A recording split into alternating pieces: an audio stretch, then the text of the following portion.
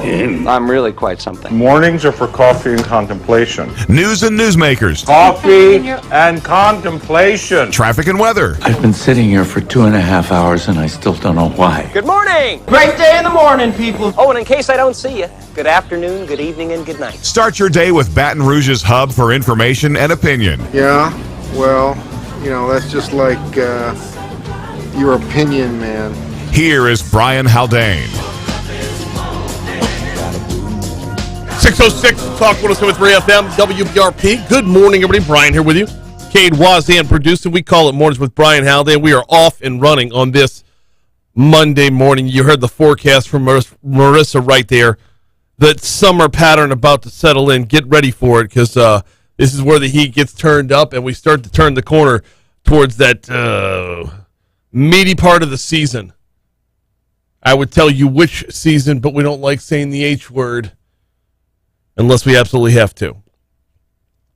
Hey, got a big show to start off this week for you. We're going to talk a lot about this fall's elections. Qualifying wrapped up Friday afternoon at 4:30. Got quite the swath of candidates running for different offices. We will run those down for you a little bit later on this hour. We'll talk about them a little more with Stephen Wagasback from LABI and probably break them down even further once we get to our third hour. Here's the guest list, as it were. Patty Ollinger is with, she is an infectious disease expert. She has joined the show before. I'm pulling up her bio real quick to tell you a little bit more about Patty. We've had Patty on to talk about COVID in the past. She is with, she's the executive director of the Global Biorisk Advisory Council. We've had her on to talk about COVID in the past, but now that monkeypox is spreading everywhere, and we even have a new case of polio reported in the United States, a case of polio in the United States for the first time in, I'm guessing, my lifetime, a new case of polio being reported. Talk a little bit about what we're actually seeing right now, because 3 different diseases, 3 different styles of headlines, the same level of fear is being put out there, but if you're looking at attacking these 3 from the same front, you're going to mess up. We're going to talk about that with Patty a little bit later on this hour. 6:52 is actually when she will be on board. And really, one of the things I want to talk about here is, as a consumer of media, how do we avoid overreacting while still giving things their just due? 7 o'clock hour, Medical Monday. We're going to talk about fall prevention.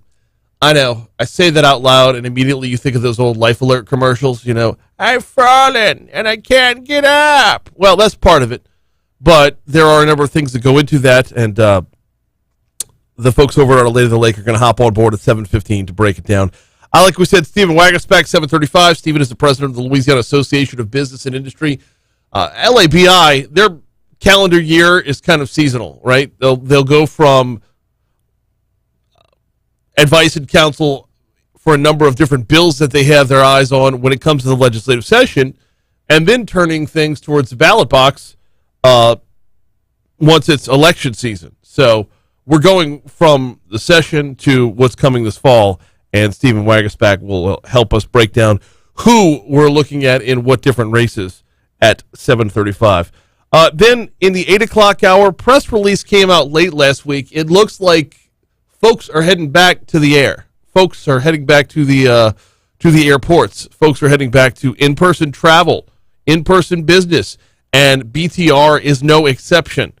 BTR is seeing an uptick in customers, and we are going to talk with Jim Caldwell from the Baton Rouge Metro Airport at 8:15 about exactly that. That plus top stories and trending the outside in, this day in history, and a whole lot more coming your way throughout the show this morning. Before we hit our first break, which is really only about 2.5 minutes away, got to start off with a little recap of a news headline over the from over the weekend. We'll have more on this at Top Stories and Trending, but it was another deadly weekend in Baton Rouge. A man was killed, another person was shot Sunday afternoon in a suspected drive-by shooting in a neighborhood off of Highland Road. Baton Rouge Police Department said the shooting happened shortly before 3 p.m. near the corner of East Polk Street in Tennessee, less than 2 blocks from an elementary school. Not that it matters that there's an elementary school there. It's the middle of summer. Nonetheless, officers said 66-year-old Leslie Riley died at the scene, and a 20-year-old man went to the hospital with non-life-threatening injuries. Late Sunday, investigators said they believe the shooter was driving by when the shots were fired. Of course, as always, anyone with information is asked to call Crime Stoppers at 344-STOP, 344-STOP. But I bring it up here, and we'll cover it again in Top Stories and Trending later on, but I bring it up here because that 66-year-old kind of sticks out, doesn't it? I don't know the particulars here yet, and as is often the case when you're early in on an investigation into a shooting, there's a lot of speculation. But when you hear 20-year-old involved in a shooting in Baton Rouge, that doesn't raise alarms. You hear 66-year-old, you start wondering, was he the intended target? Or are we starting to see another example, or are we about to see another example of getting caught in the crossfire, getting you killed? This is one of those things that we talk about, how safe do we feel in Baton Rouge. And the homicide numbers drop greatly when you subtract out drug deals gone wrong and domestic violence. Those are two things where, yes, you want to curb the numbers, but at the same time, though, if you're not partaking, you're not in danger. However, when a headline like this or when a story like this scrolls across and a 66-year-old dies at the scene, you start wondering once again, was he the intended target or innocent caught in the crossfire? All right, we'll break that down later on. Right now, though, we're due up for a break. LSU is going to unveil a statue coming up, and we're going to talk about it. That statue, none other than the Pistol Pete Maravich. Let's break that down next on Talk 107.3.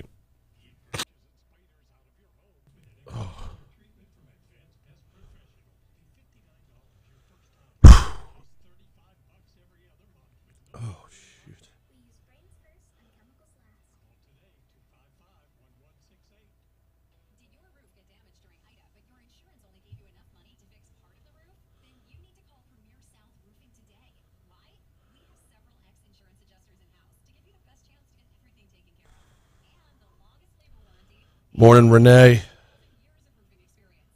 Who else is in this morning? Y'all start commenting. Let's get a little chat going. What do you want to talk about today? Everybody had a good weekend? That storm yesterday, my word. Not the first one, the second one. I took the kids to the pool last night, and we basically had the pool to ourselves because it just poured.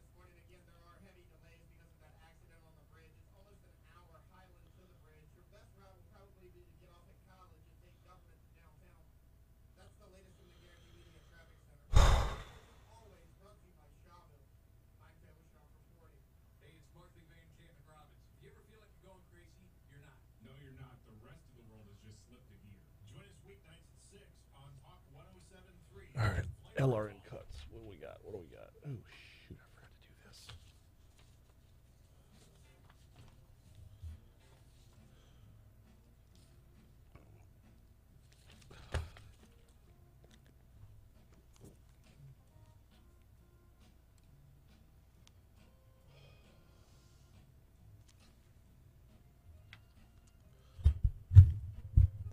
616 Talk 107.3 FM, WBRP, Mornings with Brian Haldane, rolling right along. So LSU set to unveil a statue of Pete Maravich. I believe it's tonight, if I'm not mistaken.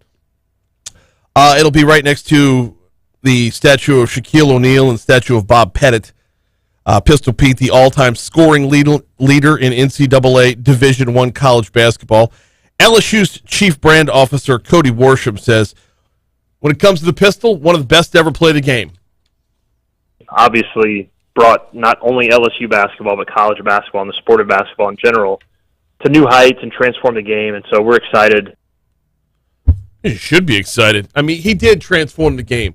And I don't know why. It's probably just a generational thing. But every time anybody talks about the GOAT in pro basketball, Maravich is remarkably overlooked. Obviously doesn't have the number of rings that Michael Jordan would have, but just transcending the game, changing the game overall. He did it not just on a college level, but on a pro level as well. LSU's Board of Supervisors voted back in 2016 to erect the statue of Maravich, and in 2019, the LSU Athletic Hall of Fame Committee changed the rule to allow for non-graduates to have a statue. Worsham says Maravich's contributions to the game and to the university are worth hundreds of statues. He advanced the game generations. He took it to a new level with his creativity, his ball handling, his passing, his scoring. And the fact that his records still stand, 50 years later from when he played at LSU is a testament to what he was able to do at LSU. So there's going to be a ceremony inside the LSU practice facility, 6 p.m., then the unveiling of the statue after 6:30 in the plaza of the LSU basketball practice facility, which is connected to the PMAC. Worsham says members of Maravich's family will be on hand, along with some of the great players of LSU's basketball's past. Bring together some past legends from LSU basketball, some of the current figures around LSU basketball, and not only celebrate the history and tradition of the program, but look forward to the future of that program. So, yeah, I'm looking forward to this. I'm looking forward to more of this overall from LSU as well. But bigger than that, though, is just talking about Pete Maravich, just seeing a chance to relive the greatness. And hopefully our TVs will be flooded with highlight reels tonight because the footage was unreal. Hopefully this will be dads everywhere breaking out their old VHS tapes of Pistol Pete's homework basketball. Raise your hand if you were raised on Pistol Pete's homework basketball.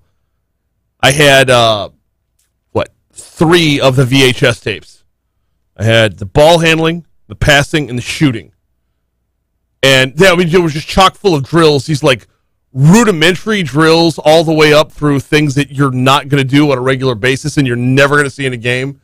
But they were just examples of how great Pistol Pete was. You're just watching him and trying to replicate that, trying to do that in the backyard. I don't know. It'd be a heck of a celebration tonight. All right, we got a break for the Fox Business Report. Coming back next on Talk 107.3.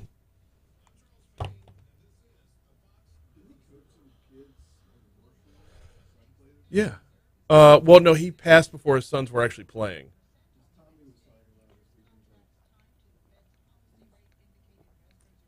Yeah, I went to a couple of his camps. I was a couple years older. I am a couple years older than his oldest. Jason was a freshman at St. Paul's when I was a senior. And then Josh came through. Josh played at LSU as well. Jason, I want to say went to Alabama.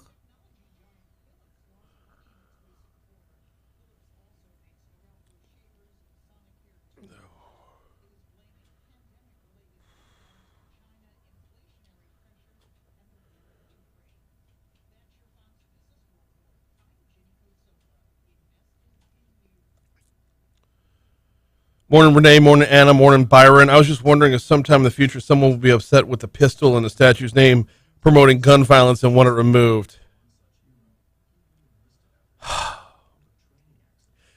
Did you see that shit over the weekend? Pat Pat Benatar will no longer be performing Hit Me With Your Best Shot. Hang on. Let me pull that up and make sure that it's real.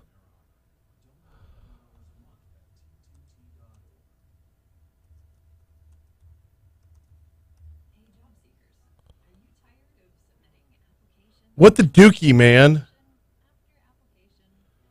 I hate...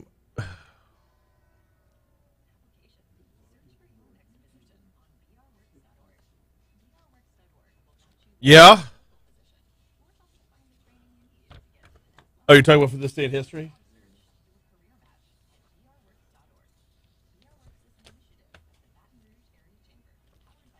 So it's a good question, Byron. Hopefully my laptop will refresh in just a second and I can address it. You got this Cassidy video? Okay. We'll talk about that here.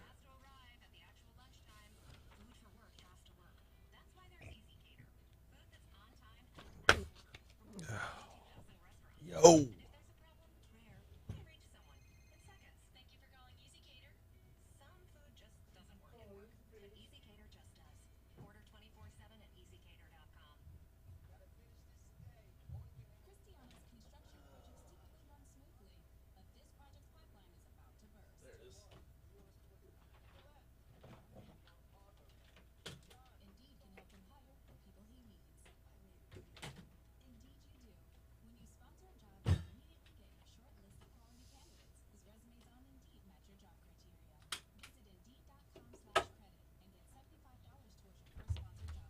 All right.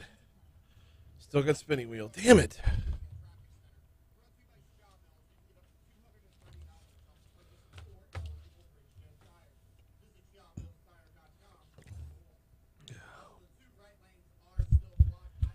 Do I have any live reads yet? Did I have any live reads yet?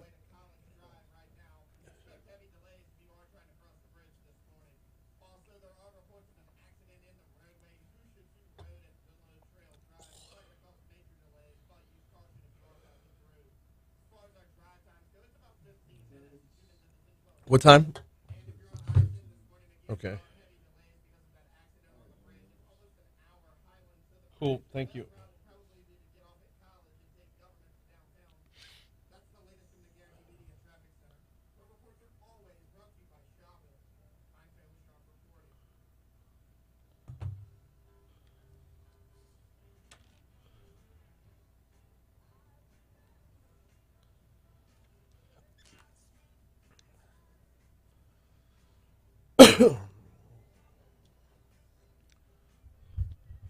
Six 24 Talk 107.3 FM WBRP. Mornings with Brian Haldane rolling right along. Whoop. It's all right. Mornings with Brian Haldane rolling right along. We were talking about Pistol Pete in the last segment because LSU will be unveiling his statue tonight. And Byron posted something on our YouTube live chat, which, by the way, Mornings with Brian Haldane on YouTube. Check it out. Subscribe if you like what you're watching there. Byron says, I was just wondering if sometime in the future someone will be upset with the pistol in the statue's name promoting gun violence and want it removed. And my initial reaction to that would normally just be, oh, come on, don't try to make something out of something that's not there. If it's just the pistol. That's it. This is something that's passing as far as the trend towards gun violence, we hope, is passing, and we can get away from that. My reaction would be that and just be completely dismissive of that comment, except for this. Did you see the headline over, I guess it was Friday. It wasn't even over the weekend. Yeah, the headline was Friday. Pat Benatar has stopped singing Hit Me With Your Best Shot in protest of gun violence.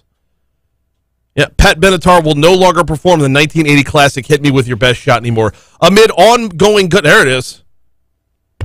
Yeah, she didn't have to. We got it. I mean, it's out there, Pat. Play the hits. Amid ongoing gun violence in America, the singer says she's come to view the song differently. I'm not going to sing it, Benatar told USA Today. While the song's meaning is about strength and resiliency, Benatar said, quote, you have to draw the line and be aware of lyrics. I can't say those words out loud with a smile on my face. I just can't. adding that the decision is her small contribution to protesting.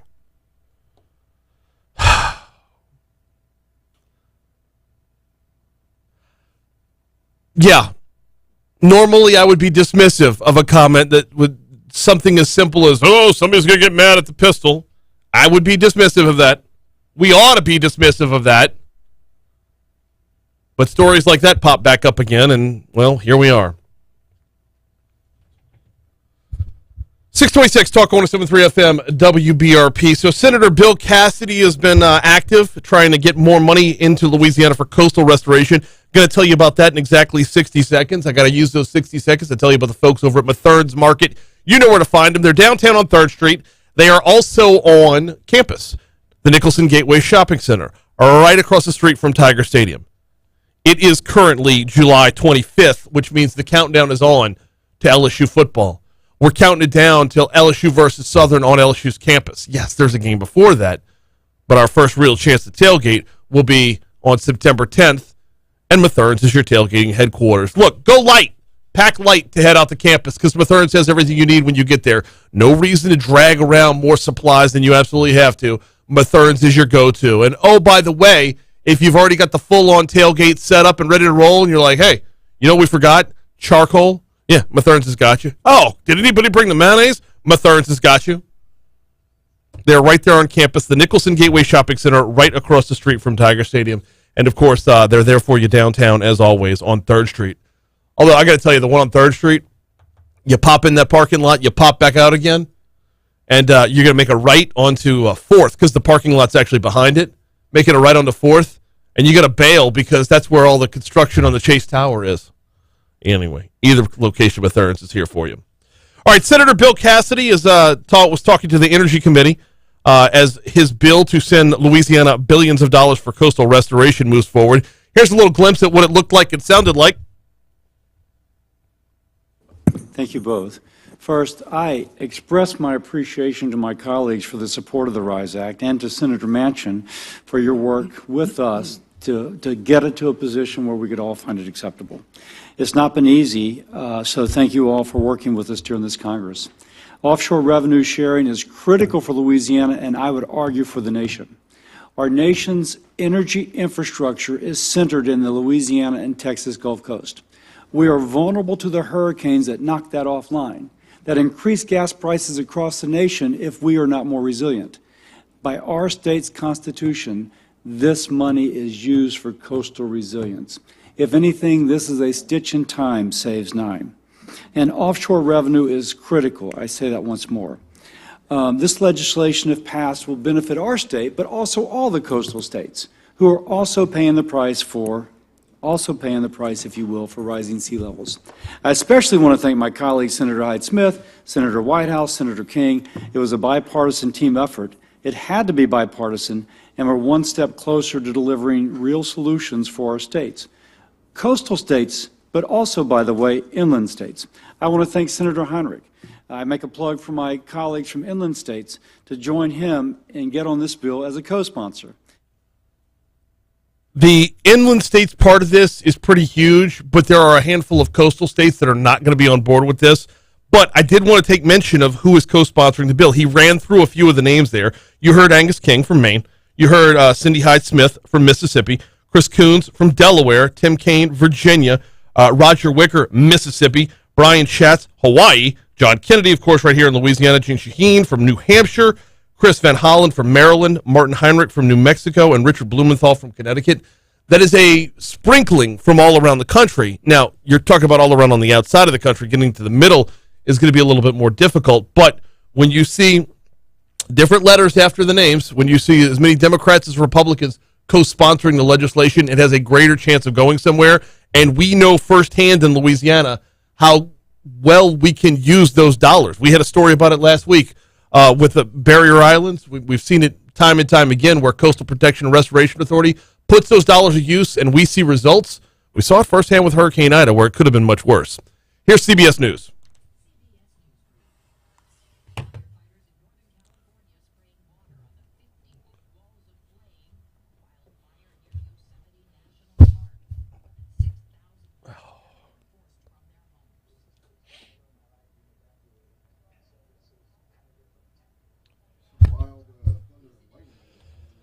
Bro. Yeah.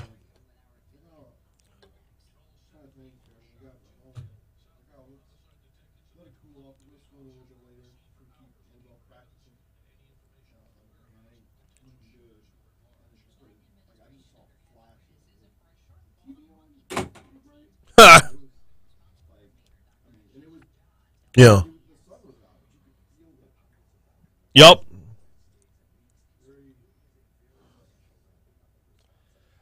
So Eric says, good thing I didn't make that comment. Byron says, I meant it as a joke, but the more I think about it, the more it seems plausible. It's totally plausible. I mean, Pat Benatar brought it to fruition. Debbie says, Eric Clapton will be next. For what? Assuming Layla's gender? Oh, sorry, that wasn't funny. Bradley says there's a wreck on 110 right lane at Chippewa. We'll see if Taylor doesn't have it. I'll get it over to him. Nope. So yeah, the song isn't even about gun violence. That's the kicker there.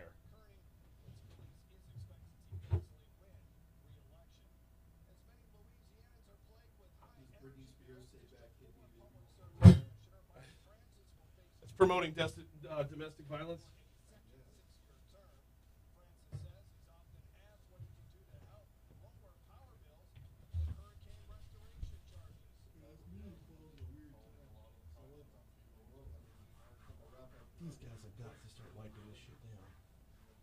Do what? No. I think this is Friday's beers. I think this is the guys that. I think this is Jay and crew, or Chuck. I guess Jay wasn't here Friday. But there's just these rings of funk.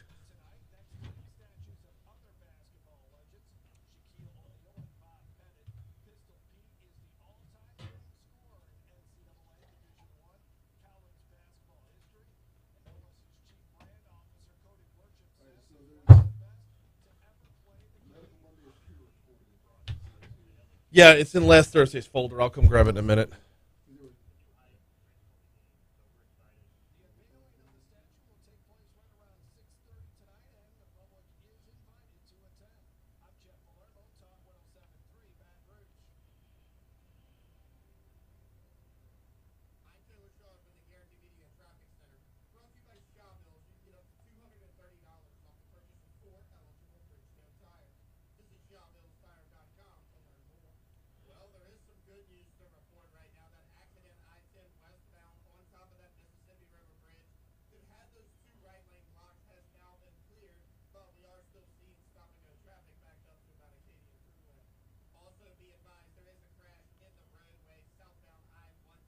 Chippewa. North 22nd, I think, is the same as Chippewa.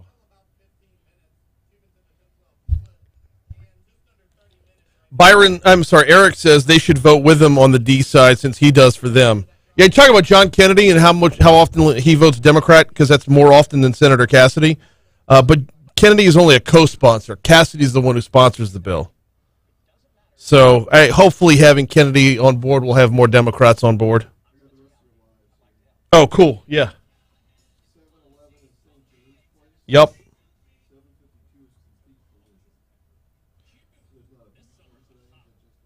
Yeah, that's just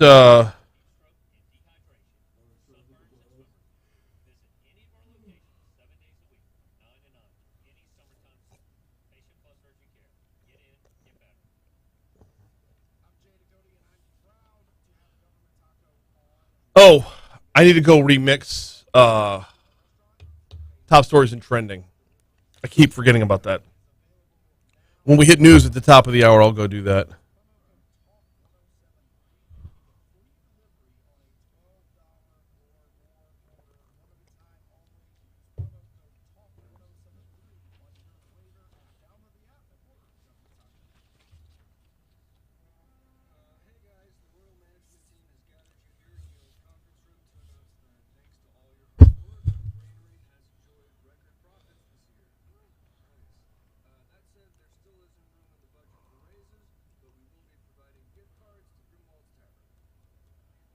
Oh, nuts. This doesn't cover the whole state. Huh.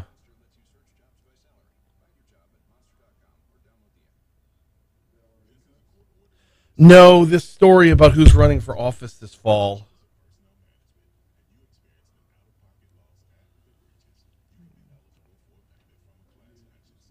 Yeah.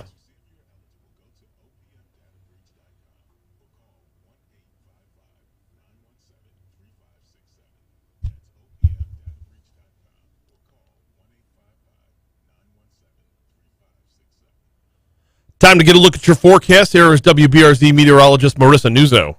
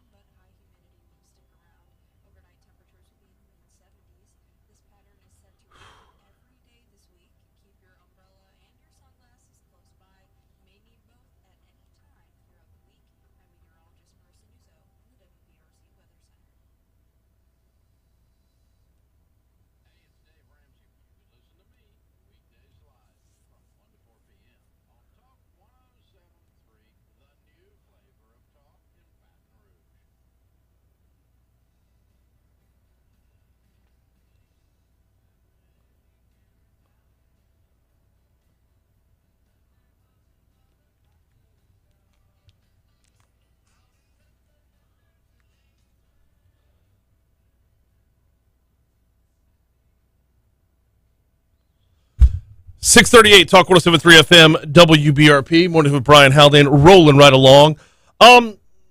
Let's take a look at what went down last week as far as qualifying is concerned.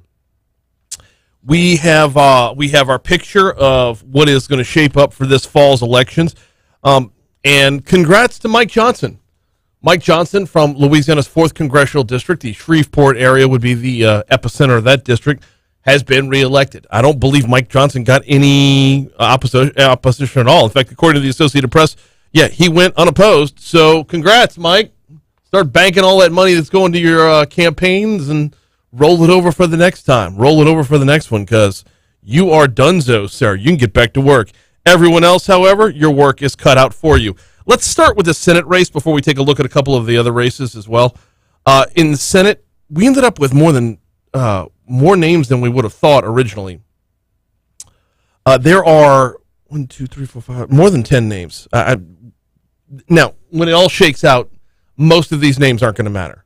But got Beryl Billiot, Gary Chambers, Devin Lance Graham, Zan John Kennedy, the incumbent, W. Thomas LaFontaine Olson, no party, many names, no party, Bradley McMorris, M.V. Vinny Mendoza, Luke Mixon, who was here on Friday, Salvador Rodriguez, Aaron C. Sigler, Cyrita Stibe, and Thomas Wen all running. That's a ton of names, y'all. That is a ton of names. And here's the thing, though. When it's all said and done, you know it's going to whittle down to just 3. Luke Mixon and Gary Chambers are going to be duking it out on the Democrat side. Luke, obviously, if you listen to the interview on Friday, Luke is pretty darn centrist. He's not that far to the left. He's just far enough to the left to where he's got that D behind his name. Gary, a lot more vocal, a lot more of a flamethrower. He is very much on the left. So those two are going to battle it out on that side. John Kennedy, I don't think I'm being that bold when I predict this, is going to run away with it. I don't see a whole lot of those other names making a whole lot of noise. I will make some calls. And honestly, if any of these candidates are listening, I don't turn away the interviews either. If you step up to run, you can hop on this show for sure. But looking forward to hearing from as many candidates in that race as possible. But John Kennedy is overwhelmingly popular in this state. And I'd be hard-pressed to find a whole lot of people that would step up and say, no, we want to go in a different direction. So there's that. All right, moving over to the congressional races. Let's start in District 1. And this is going to be Congressman Steve Scalise's race. He's got two challengers focused on the future of the House. You heard a soundbite in our news at the bottom of the hour. Qualifying for the election, Scalise said he feels a number of House Democrats are going to lose their seats, but What's important for them is not what the American people want. High inflation, anti-American energy policies, defund the police, let people out where crime is out of control, letting people out of jail without bond. I think people are fed up with it. All right, defund the police is gone, right? Aren't we done with that narrative? As far as nobody's going to run on that this fall, that was something that had its window, and that window has since closed. But let not the headline or let not those talking points fall to the wayside. When Steve Scalise talks about that defund the police narrative, that is not going to be new news. That is going to be, if you were ever in the defund the police camp because it was popular for a hot minute, then that needs to stick with you moving forward. That's where he's at there. Scalise is challenged for his next term by Democrat Katie Darling, a Covington area businesswoman, and Howard Kearney, an independent from Mandeville. Scalise says there's a good chance the GOP could retake the majority in the U.S. House, largely because of the poor performance of the current leadership and President Biden's sinking approval rating, even among his own party. Only 34% of Democrats want Joe Biden to be their nominee in 2024. So it shows you there's a real problem with this far-left agenda. But the problem on the right is not about the far-left agenda, and the problem on the right isn't even about Joe Biden. The problem on the right is keeping a hyper-focus on what's going on today in your district. Focusing on the nation as a whole gets blurred. We need precision. And I say we because I'm also a Republican. But everyone needs to stay in their own lane, and they need precision. Well, the same is true on the left, especially if you want to retain seats in the House. But Republicans do have a pretty strong opportunity right here. By the way, Scalise says if the Republicans do regain a majority, he will work to ensure parents' rights in their kids' education. He will work for a return to law and order and a sensible all-of-the-above approach when it comes to energy production, which, by the way, is a bit of a shift. The all-of-the-above approach, when you talk to Republicans, that's what you hear more often than not now, as opposed to just oil, gas, coal, nuclear. All of the above means all of it. All of it. And we have the resources to back that up here in Louisiana. Scalise says a GOP majority House will work to make life less difficult for taxpayers. We're going to be focused on the problems that are facing hardworking families if we get the majority back. Not using it to go punish our political opponents, but actually using it to help families who are struggling right now. Moving on, we talked that Scalise is in the first. Over in the second, Troy Carter has qualified. Troy will join us tomorrow, as he does for most Tuesdays. In the third, Clay Higgins has some competition here in Baton Rouge, or in the sixth, Garrett Graves has some competition, as does Julia Letlow up in the fifth. There are 5 different candidates running for that seat, as Letlow is the newest to Congress. So clearly, as it is Shark Week, some might smell blood in the water. The longer you're there, the more times you're reelected, the more likely it is that you're a shoo-in moving forward. Squaring off against Julia Letlow will be Omar Dantzler, Alan Guillory, Walter Earl Huff, and Hunter Pullen, taking on the incumbent Julia Letlow up there. Here in the sixth, Republican Congressman Garrett Graves facing 2 challengers in his bid for re-election. Garrett Graves believes the GOP is poised to gain control of the Congress, much like we heard from Scalise just a minute ago during the midterms. He's been asked by House leadership to lead the Republicans' policy on energy, climate, and conservation. To develop these agendas, and I think that this really gives Louisiana a seat at the table to ensure that we're using America's resources, Louisiana's resources, to solve some of the crises that we're facing today. So let's go back to that all-of-the-above approach. The Republican Party is poised to shift the narrative when it comes to energy policy. And we're poised to do it at a time where it's vulnerable on many, many fronts. When you have a White House that does not want traditional fossil fuels at all, when you have gas prices that are dipping back down again, but not nearly significantly enough to make us forget how much they went up. If you raise prices by $2 a gallon, and then drop them by 50 cents a gallon, you can't wake up and say, you're welcome. Back to the 6th District race, Brian Belzer from Prairieville says, and this is his first run, he says he's fed up with what's going on in D.C., wants to help common sense legislation that's being ignored, when the Republican diesel mechanic was asked about his views on abortion, he says he's pro-life.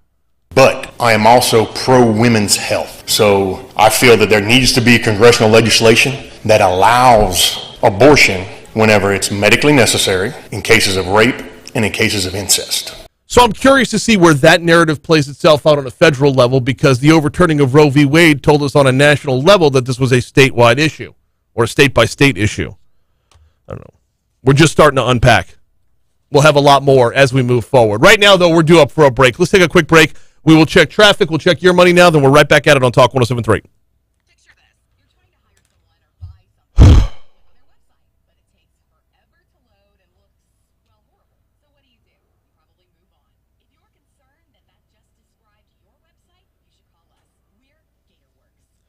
Eric says Gravy going to not even finish third.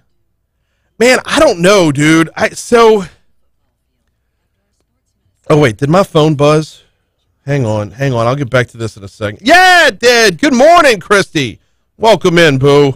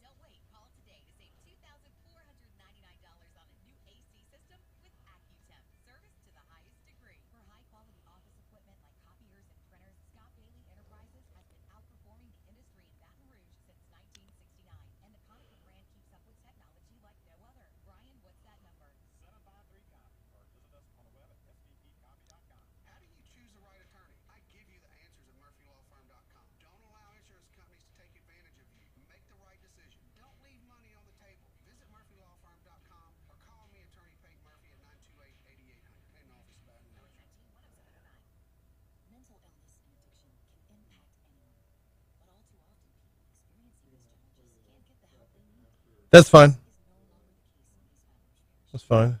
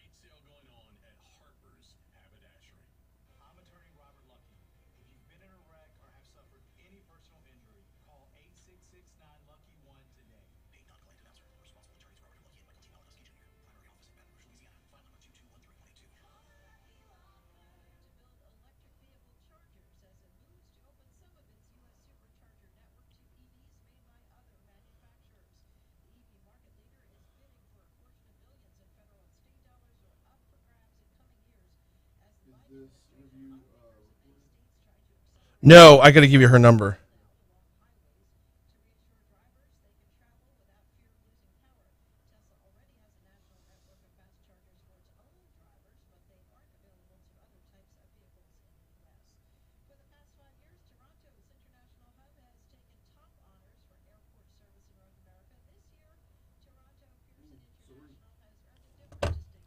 All right, hang on, y'all. I apologize. I'm getting the.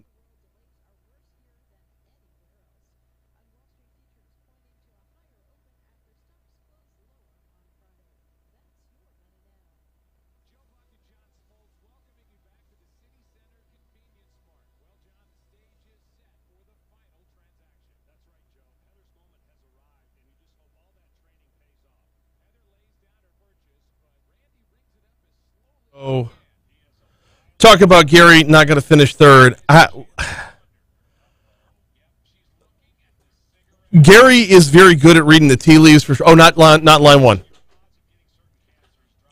Gary's very good at reading the tea leaves, and we'll know where he's at for sure. Probably the 1st of September, if not soon after that. But I'm a little bit surprised he's running in this race. It doesn't feel like it was winnable from the start.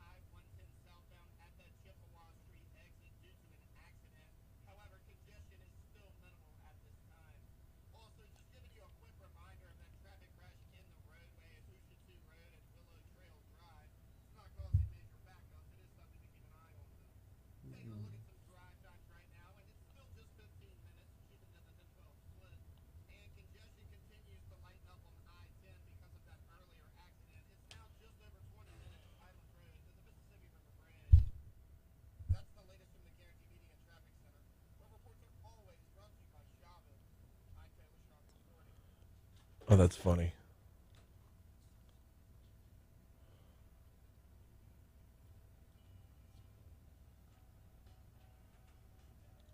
Nothing doing? Nothing doing with all right.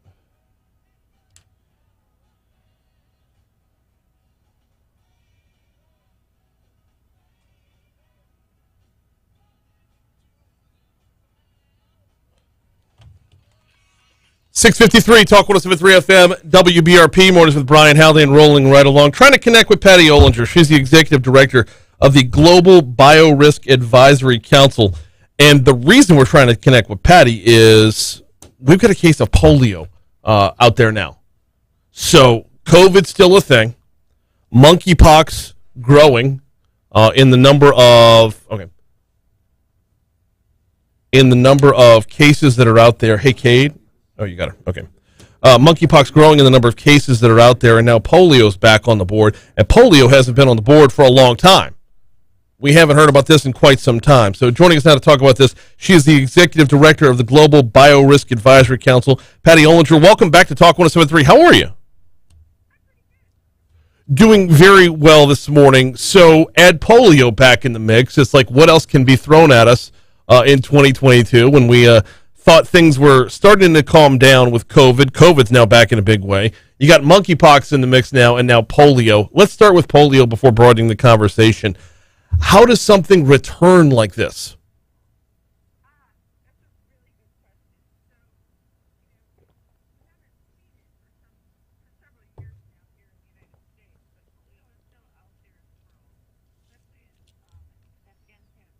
Mm-hmm.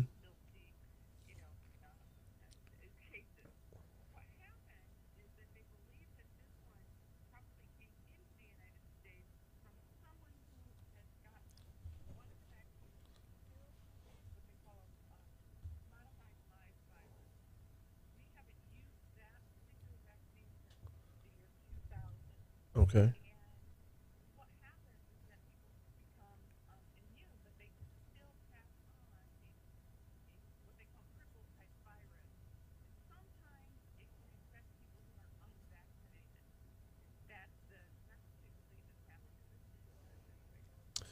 So, first case we've seen in just about a decade in the U.S. We haven't had a case originate in the U.S. since 1979 that I know of.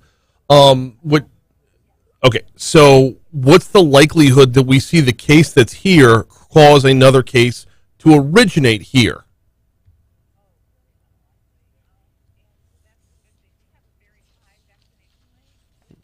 Mm-hmm.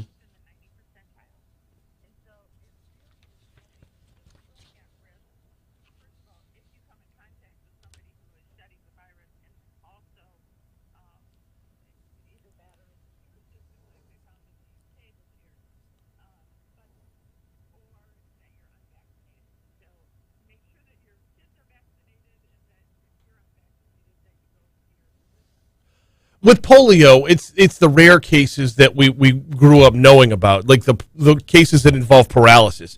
But it was, as a disease, it was a lot more widespread than just those rare cases. So let's move from polio to where we're at with everything else, because Patty, are you worried? You work in this field. Are you worried as we see so many different, like we're fighting a war on so many different fronts? COVID, monkeypox, now polio, if you want to consider that one of the fronts. Having one message all the way throughout, is that healthy for us? Is that the right approach here? Or should these things be approached individually?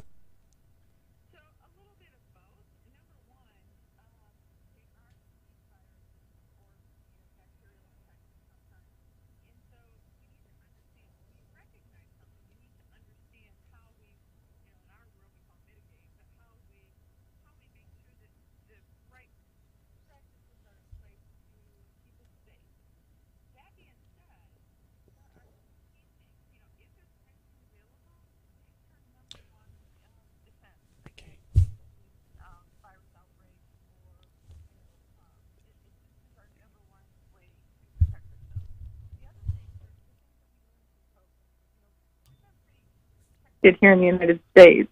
But as people start to travel quite a bit, and the borders start coming down basically for that international travel all over the place, which we all want to experience, those are the times that we need to protect ourselves. We need to rethink clean. We need to think about how hygiene, is important to protect us as well. Air, water, surfaces. And so all of these things put together help protect us. We're talking with Patty Ollinger. She's the executive director of the Global Biorisk Advisory Council. Patty, when it comes to monkeypox specifically, this has now been declared a global emergency. How do we shift attention from COVID to monkeypox and the way the narrative's being taught or spread about monkeypox and its spread? Are we approaching this one right to where it's not like everybody needs to be at DEFCON 1 with this one? Again, each one transfers differently. So monkeypox is, we get really nervous about this one because we haven't seen it spread like it has in this particular situation as far as widespread. Usually it's fairly contained. And so the reason, we're all kind of watching this one is, why is this one spreading the way it is? As you said, there's some, we're finding that initially it was men with men. Right. And now we're starting to see it shift a little bit. We've had 2 cases in children here in the United States, and it really is bodily fluid. So if you happen to have an open lesion on your hand and you shake hands with somebody and then they, have a cut on their hand, maybe there's a chance that it would be transmitted, or eyes, nose, and mouth, touching our eyes, nose, and mouth. And so those types of things make us pause, you might say, and say, okay, how do we protect ourselves? Again, same type of thing. Understand where you're at, hand hygiene. We try and avoid, which is really hard, to touch our eyes, nose, and mouth. The things, again, that we've learned through COVID as far as an individual. We are not nearly done with the conversation, but we are out of time. She is Patty Ollinger, Executive Director of the Global Biorisk Advisory Council. Got to get you back on soon because there's more to unpack. Patty, thank you for the time. Thank you. You have a great day. You too. Here comes CBS World News Roundup.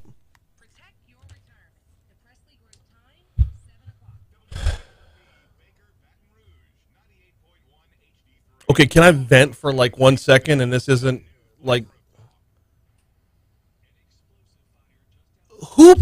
This isn't directed at you, but who pulls that out of the phone? Like, there's never a time where the phone wouldn't run through to the YouTube.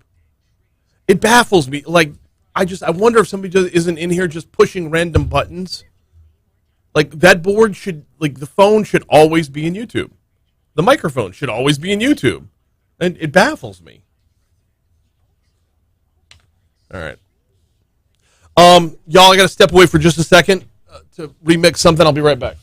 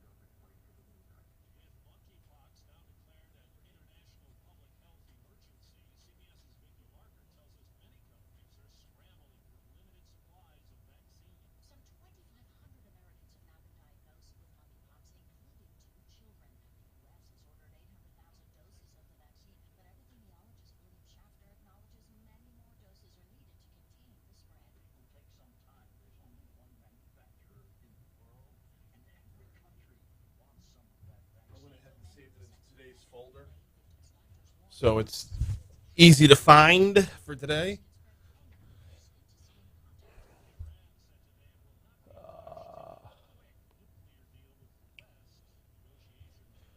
All right, am I on YouTube? Okay. All right, yo, sorry about that with the interview right there. That is one of those things where there's no reason for us to look for it because things should be set up the way they're set up. And as he's producing, Kate is juggling 50 different things. So it's always weird that someone would just like randomly punch buttons to take something out like that.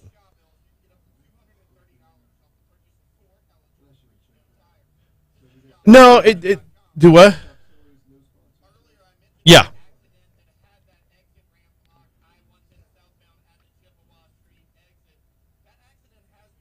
I got to get her back on. She's super good. She's a great guest. I just I'm so fatigued on talking about COVID. I hadn't called her in a long time.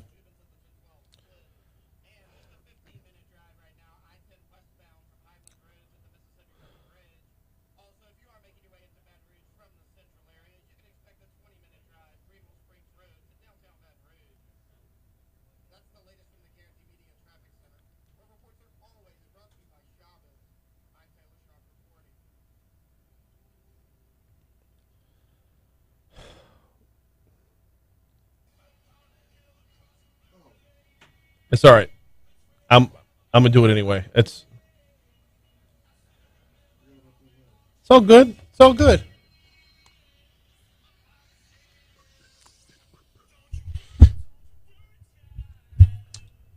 Hey, I'll toss to it. I'll toss to it anyway. We'll let her do it.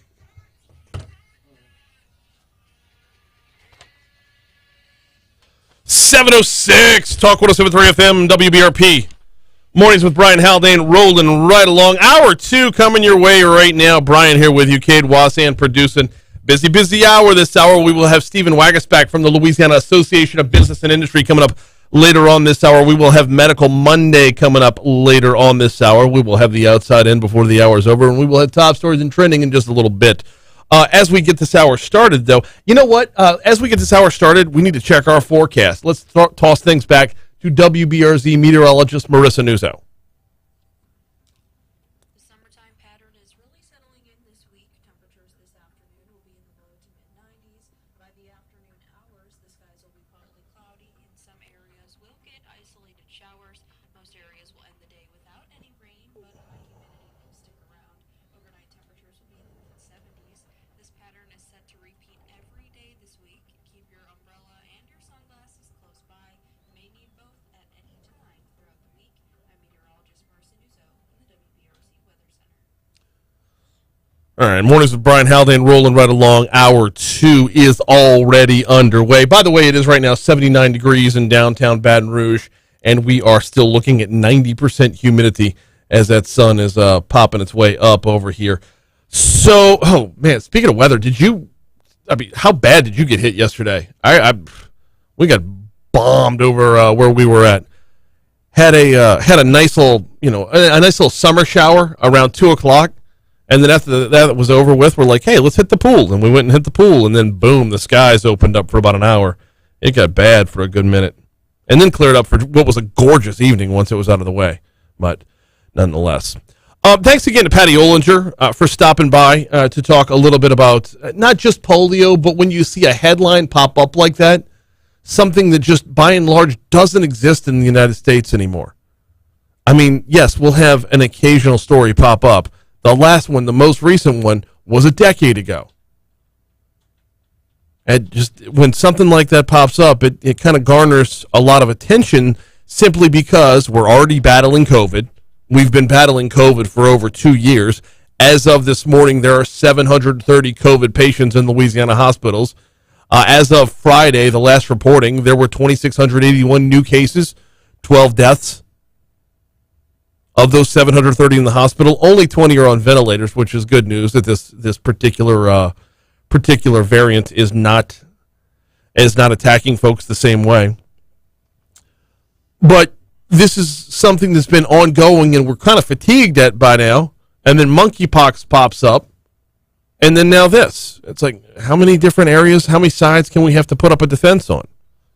So, thanks, Patty Ollinger, and we will have her back on in the very near future. Right now, though, you know how we do. Top stories in trending. Let's get it.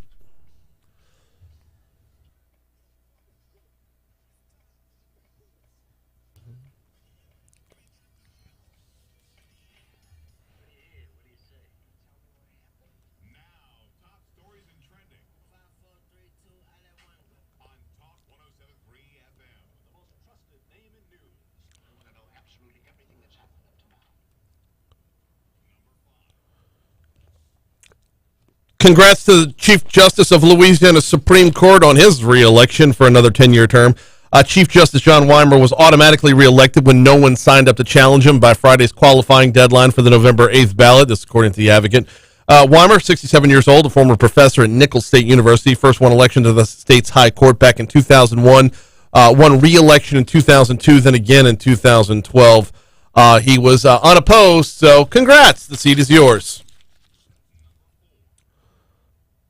An overnight house fire has now been ruled an arson, and it has displaced 2 residents of a home off Scotland Avenue.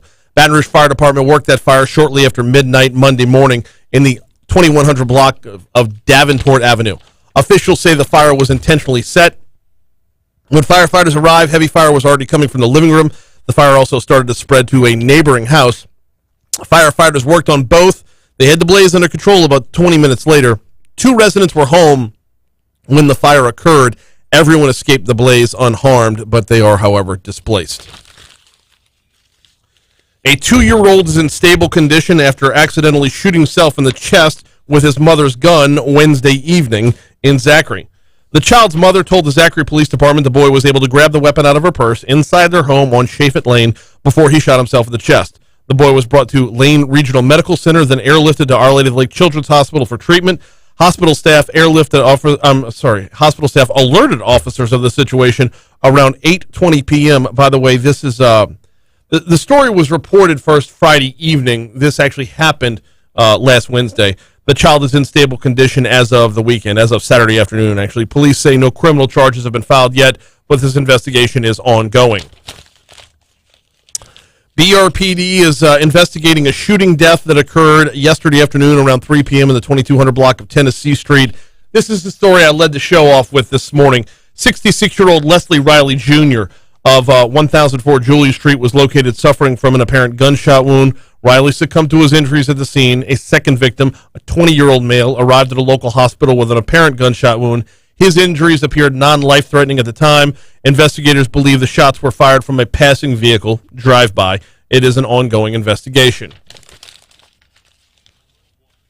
A man was killed and another was shot Sunday afternoon in a neighborhood off Highland Road.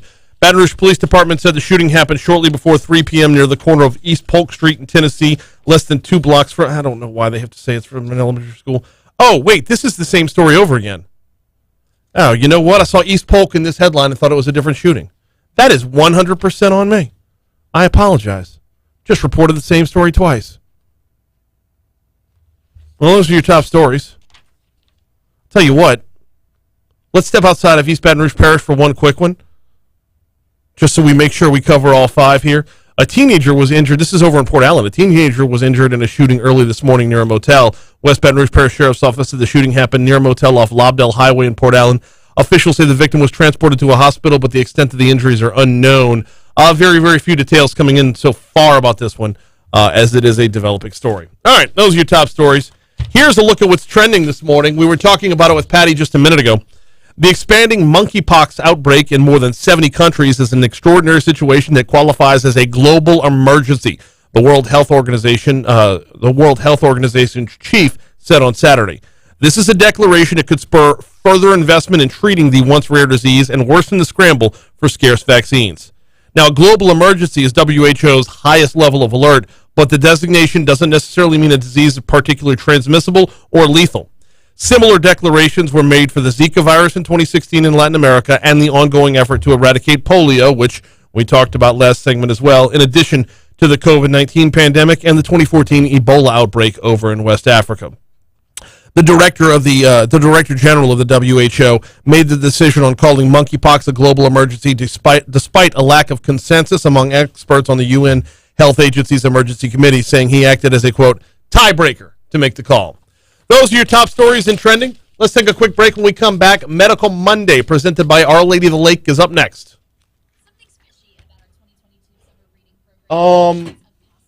I recorded it on Thursday. I don't know what folder it's in. It probably in my mornings folder from Thursday for Medical Monday.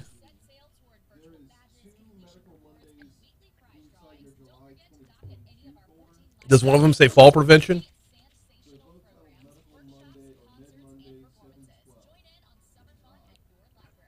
What date were they recorded?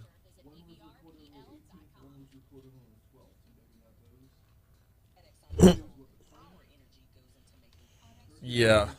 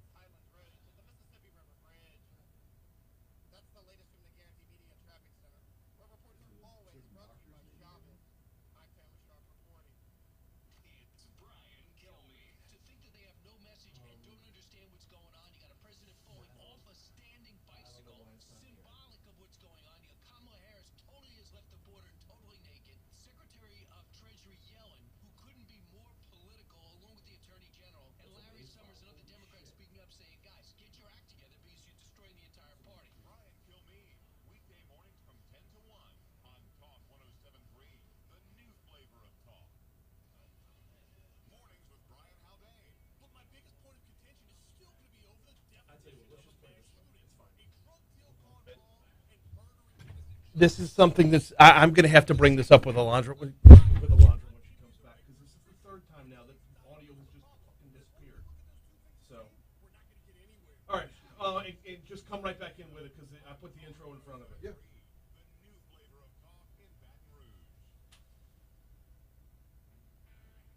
Haldane here. Have you checked out Drop Biscuit Studios yet? If not, let me drop some big news on you. We launched a brand new podcast production company from right here in South Louisiana. It is called Drop Biscuit Studios, and it is your home for storytellers. Drop Biscuit Podcast reflects Southern culture, style, sports, and politics. And I'm going to have to go use the restroom while it's on, so... Stories. They're being told right now at dropbiscuitstudios.com. It's time for Medical Monday, brought to you in the interest of your health by Our Lady of the Lake Regional Medical Center. Yes, it is time for Medical Monday, and yes, it's time to welcome Jay Thomas back to the show. Jay, it's been a minute. How you doing, man? I'm doing well, Brian. How are you today? Doing all right. Talking blood donation, you know this is something I dive in on every chance we get, because it seems like there's never a critical time at this point. Summer months roll around, the need for blood goes up. Tell us why.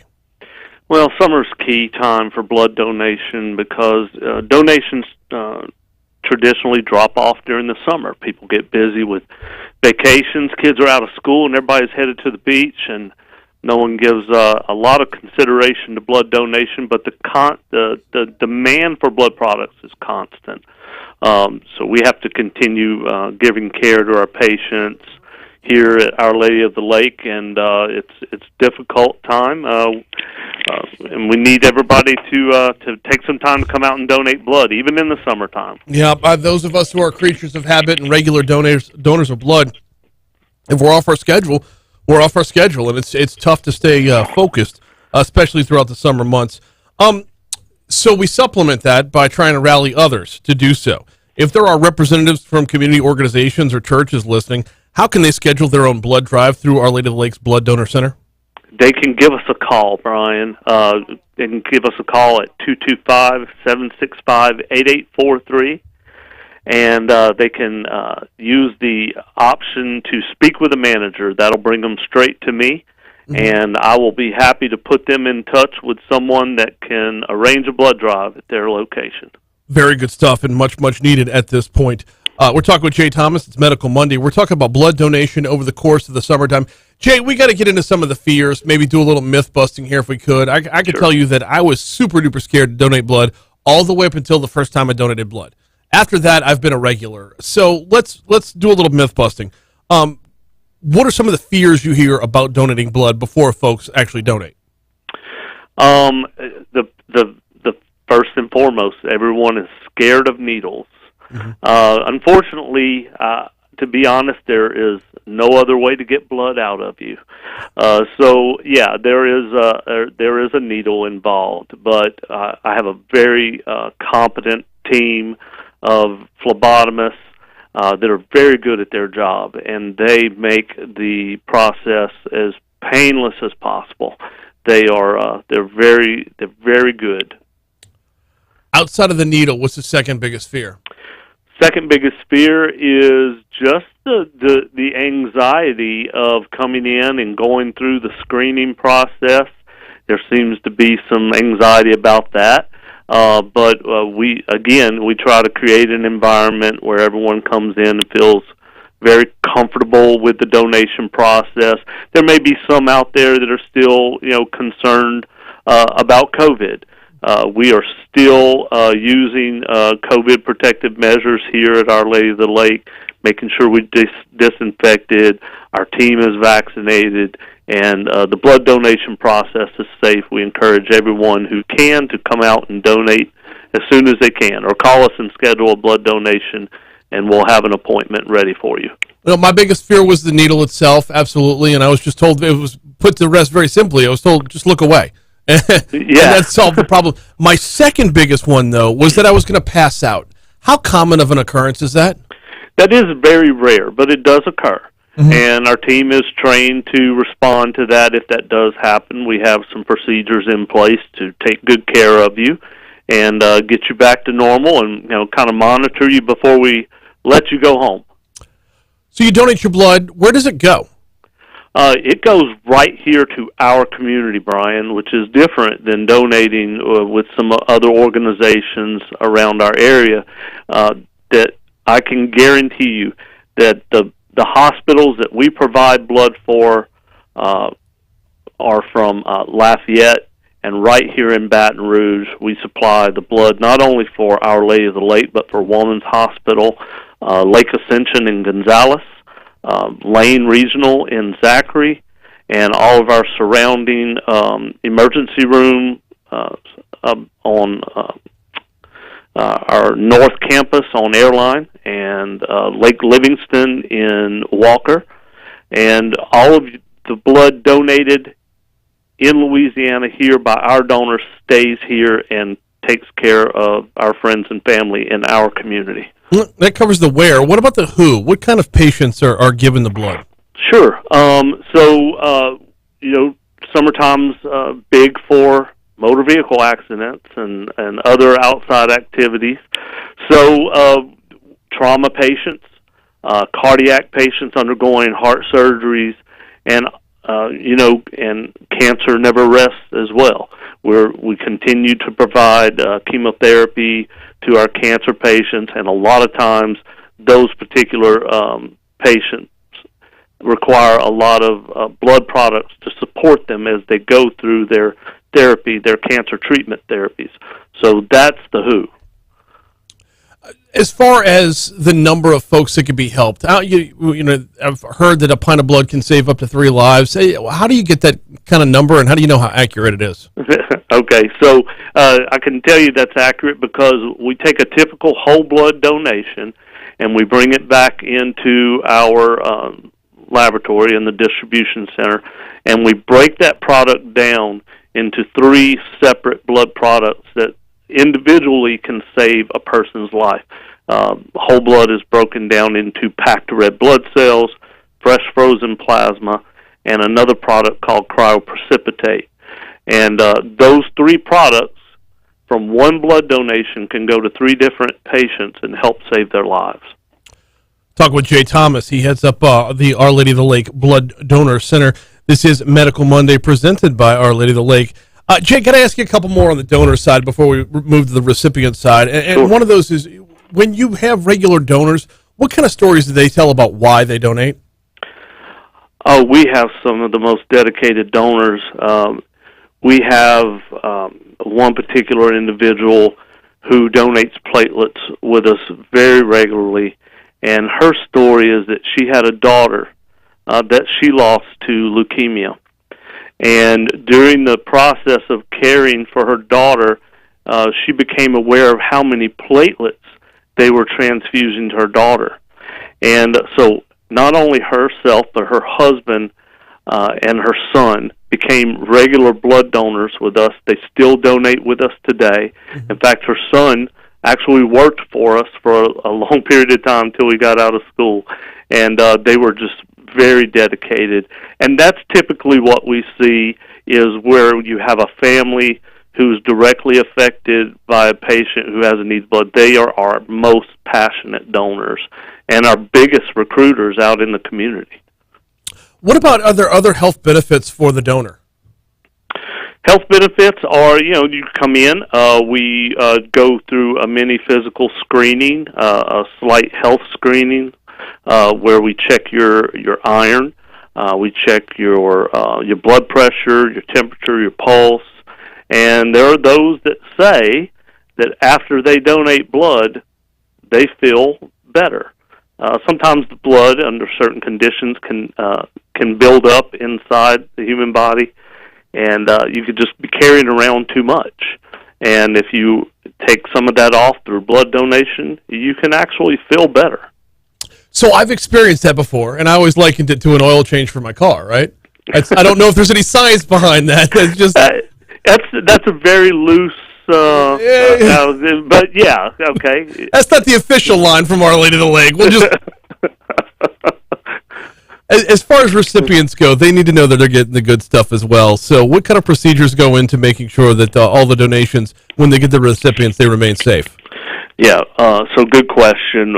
We have a prescribed list of testing that each and every blood donation has to go through before it can be labeled for use. And that testing is, for transmissible diseases such as HIV, all forms of hepatitis, West Nile virus, syphilis serologies, another test for the presence of HTLV, or human T lymphotropic virus. So we have a whole panel of testing that we do that ensures that our blood products are safe for transfusion for our patients, so they can have a high degree of confidence that if their doctor tells them we need to transfuse you with blood, they can feel safe and comfortable with that process. Who can donate? Almost anyone. You would be surprised at the number of people who feel like they're not healthy enough to donate. But individuals with diabetes, heart disease, even some with histories of cancers, are still eligible to donate, as long as they're feeling healthy and well the day of donation. But the best way to know is to come in and speak with one of our technicians, and they can help you through the screening process and help determine if the blood donation is safe for you. Yeah, the screening process is always a reminder of just how boring my life actually is. So that's never a problem. Now, I'm A positive, but for folks that are O, I know that they're treated like 5-star recruits. Yeah, there is a skewed demand for type O blood in our community, which reflects in our inventory, because we typically carry stable levels of A positive type blood, but our O positive type blood is always running, fairly marginal, if not critical. So But that doesn't mean that A-positive donors are not important to us. We would encourage them to consider platelet donation as an option for blood donation, which would help particularly for those cancer patients that we talked about just a few minutes ago. So I go about 3 times a year for blood donation. Platelets is a quicker turnaround time, if I'm remembering that right. That's right. You can donate platelets up to 24 times in a year, with at least 3 days between each platelet donation. And the reason why that you can donate so many times is the shelf life for platelet product is only 5 days. So if you think about blood products like dairy products, for instance, you may have them on the shelf, but they're only good for so long. Right. In the meanwhile, there are other types of donations as well. What else is possible? There's a red blood cell apheresis donation that some people take advantage of. Those people that they're committed to donating, but they have busy lives and they want to come in and donate as much as they can when they have time. So for those particular types of donors, they can come in and donate 2 units of red blood cells in one donation, and it's a safe process. You get some replacement fluids during that process to help fill that void that you lose. And but anyway, that's a good donation option for those people who are committed to donating but don't have a lot of time and want to donate as much as they can. When and where can someone donate? They can donate at any one of our mobile blood drives that we have in the community. So if you see the bus, we invite you to come on in. Or you can donate at any one of our fixed site centers. We have a center, obviously, here at Our Lady of the Lake main campus on the first floor. And we also have a blood donor center at Children's Hospital that is open on Tuesdays and Thursdays from 8 a.m. to 4:30. And we just recently reopened our Lake Ascension Blood Donor Center after the damage she sustained from Hurricane Ida last year. So we're reopened at that location Monday through Friday, 8 a.m. to 5 p.m., and that's located in the medical office building behind Lake Ascension. If you got out of the habit during COVID, now's the time to get back in. And like Jay said, summertime, the donations are traditionally off, even more so this year. In the meanwhile, I really appreciate the update and the information. Jay Thomas, thank you so much. Thank you, Brian. Have a great day. You too. Yeah, cannot overemphasize the need right now. And I know it feels like it's always in crisis mode, but honestly, during the summertime, and we're going to revisit this in the holidays as well, as when you get out of your normal routine, that's when blood donation drops off. However, the need never drops off. When you get out of your normal routine, if you're not going in, if the regulars that go donate aren't going in, then that's when the supply drops and you have more people on the road, more people who are away from home, more people who are subsequently in need of blood at those times. Hey, going to get you the news here in just a second. Want to remind you, go to talk1073.com right now, talk1073.com, if you're at all interested in seeing the Beach Boys this fall. The Beach Boys are coming to the Raising Cane's River Center Theater on October 5th. 60 years of the sounds of summer. Tickets are available at Ticketmaster.com or at the Raising Cane's River Center box office, but if you go to Talk 107, hey, nicely done, Cade. If you want to go to Talk1073.com right now, you can register to win free ones over at our website, and I want to say that promotion is just about wrapping up, so get there quickly. I think it actually ends today. Talk1073.com. Beach Boys are coming to the Raising Cane's River Center soon. All right, time for news on Talk 107.3 FM. Coming back with Stephen Wagasback next.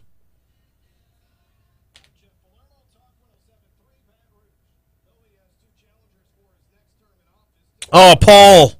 My bad, Paul. I can't ask about... That was a pre-recorded interview, so I couldn't squeeze extra questions in at that point. So...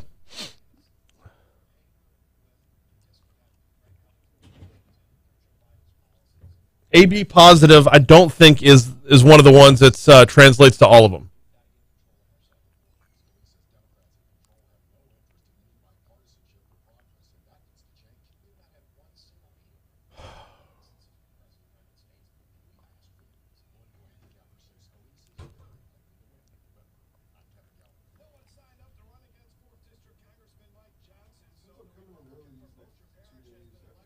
Do what?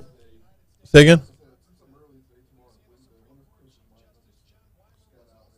You ought to. I'd say before that, dude. Dude, 5 a.m. to 2 p.m. is 9 hours.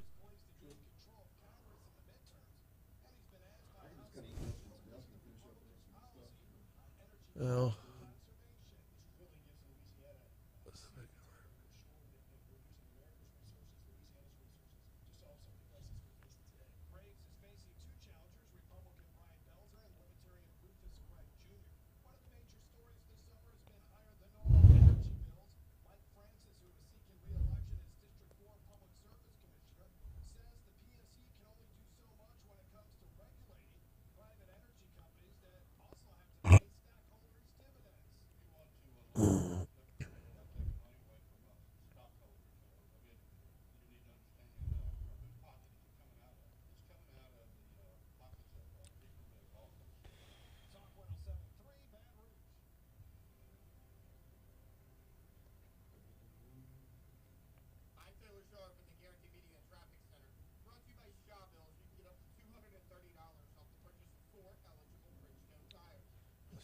Steven.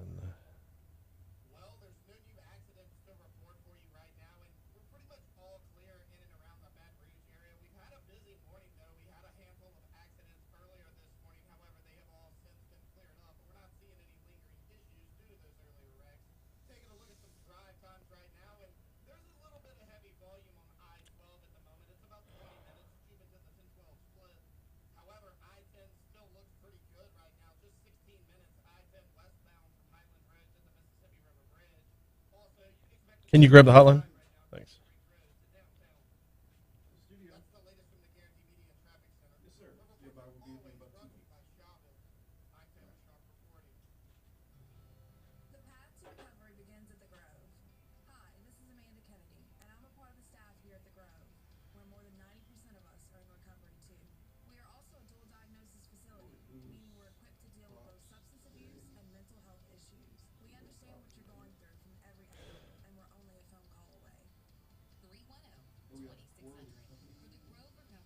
Yeah. I'm salty about it, too. You know why? It's the exact same time as the Rotary Club meeting. And you know who's the speaker at the Rotary Club this week? Brian Kelly.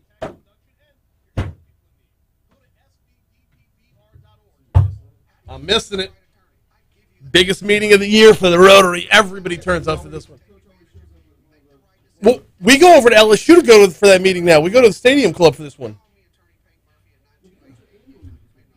Yeah.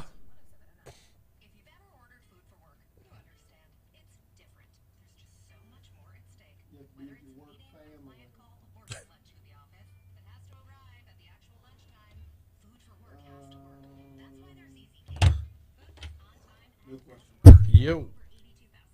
What are we talking about today?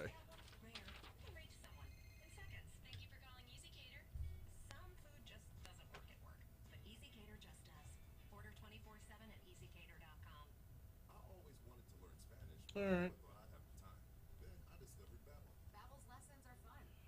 Will do.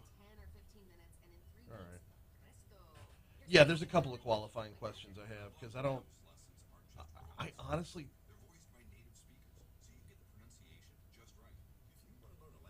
It means I'm going to be salty because I want Tanner right where he's at. Okay. Yeah, absolutely. All right. Hang tight. Coming your way in just a sec. Thanks. Yeah. Time for us to get a look at our forecast. Here's WBRZ meteorologist Marissa Nuzzo.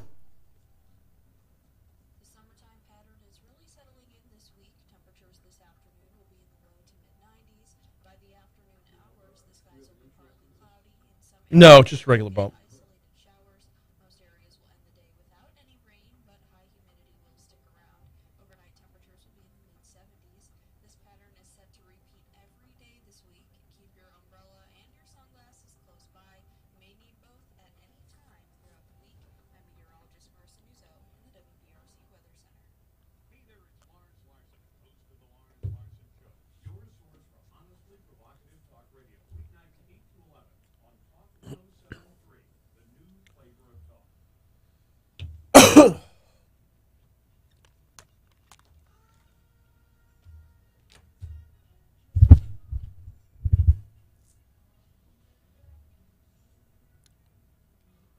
Boy, I am having a Monday of Mondays. So it turns out that promotion's closed already. We already got our winners lined up. But hey, the tickets are still on sale for the Beach Boys at the Raising Cane's River Center on October 5th. 60 Years of the Sounds of Summer are going to be coming to Baton Rouge later on this fall. But the Wyndham portion of this one is over with. Hey, time for us to shift gears. Also closed is qualifying for this fall's elections. Let's talk about it. Stephen Wagasback heads up the Louisiana Association of Business and Industry. Joins us every Monday. Stephen, good morning. How are you, man? Well, I was good, Brian, until you were such a tease. Here I am ready to sign up for my Beach Boy giveaway as soon as I hang up. But oh no, no. You just pull the rug right from under me, man. Thanks a lot. Well, you know what? I'm not the only one because qualifying's over with, and we've seen some folks pull the rug out from under us as well. You know, I'm getting nothing but bad vibrations from you. I'm just telling you that right now. So good luck with that. Well, as well played, sir. There you go. Qualifying was last week. Any surprises for you? You know, first of all, on qualifying, I think what's interesting about this qualifying is this is kind of the first precursor of what the next year and a half domino effect is going to look like. And I think it's a very important year and a half for people in Louisiana. I mean, people in the country, but also in Louisiana. I'll give you a couple thoughts on that. First of all, members of Congress. I think what you saw in the Louisiana congressional delegation is there's a lot of folks happy with their members of Congress. Is because the people who qualified, most, you know, you mentioned Mike Johnson, you know, went without opposition. Mm-hmm. The ones that did, it's token opposition. Our congressional delegation is going to roll to re-election. Garrett's going to roll. Congressman Higgins is going to roll. The Republican who registered against him, basically, it's run by a Democrat consultant, so it's really a Democrat running as a Republican. And so I think you're likely to see big momentum on that, and I think that is a precursor of what's going to happen around the country this fall. I think you're going to see the first opportunity for voters to go and express concern with the Biden agenda, the Pelosi agenda, the Schumer agenda, and I think voters are going to speak loud and clear that they want to change the pace. And with our members of Congress in such good positions, you got Mike Johnson running the steering committee. You've got, Garrett, as you mentioned, running energy policy. You got Steve Scalise, number 2 on the minority side. And look, there'll be some competition for the number 1 spot. I think Louisiana is primed this fall to really be kind of the tip of the spear when it comes to the pushback on this agenda that's going to lead, to a change in culture in D.C. If there is a change, if there is a quote-unquote red wave, would Scalise move into a possible speaker post? I don't know the answer to that. I would tell you this, that Scalise and McCarthy, from my impression, have a very good working relationship, and they're good working partners. I think Steve is very important for the role he plays in Congress, in the Republican Party, and then McCarthy has his role as well. And just knowing the type of quality, character, team-first guy that Scalise is, I know he's going to do whatever is best for the country, for any chance to get good policy rolling again, because I know how much he cares deeply about turning this economy around. So the only thing I can tell you is Steve will be extremely important in the leadership, and whether that's the number 1 or 2 or any other role, it'll probably be one that Steve is the bigger man and slides into, because he's definitely a team first guy. Keeping with the theme of the quote unquote red wave, here in Louisiana, already 5 of our 6 within our delegation are Republicans. The 6th is in no real danger of losing his seat either. So the Democrat here, right. We're not going to see any change in more red or more blue here in Louisiana. How difficult is it to keep our eyes in front of us? Like, we can't affect change in Minnesota or Vermont from here in Louisiana. We need to worry about our own backyard. Yeah, that's true, but it's not just the quantity; it's also the quality.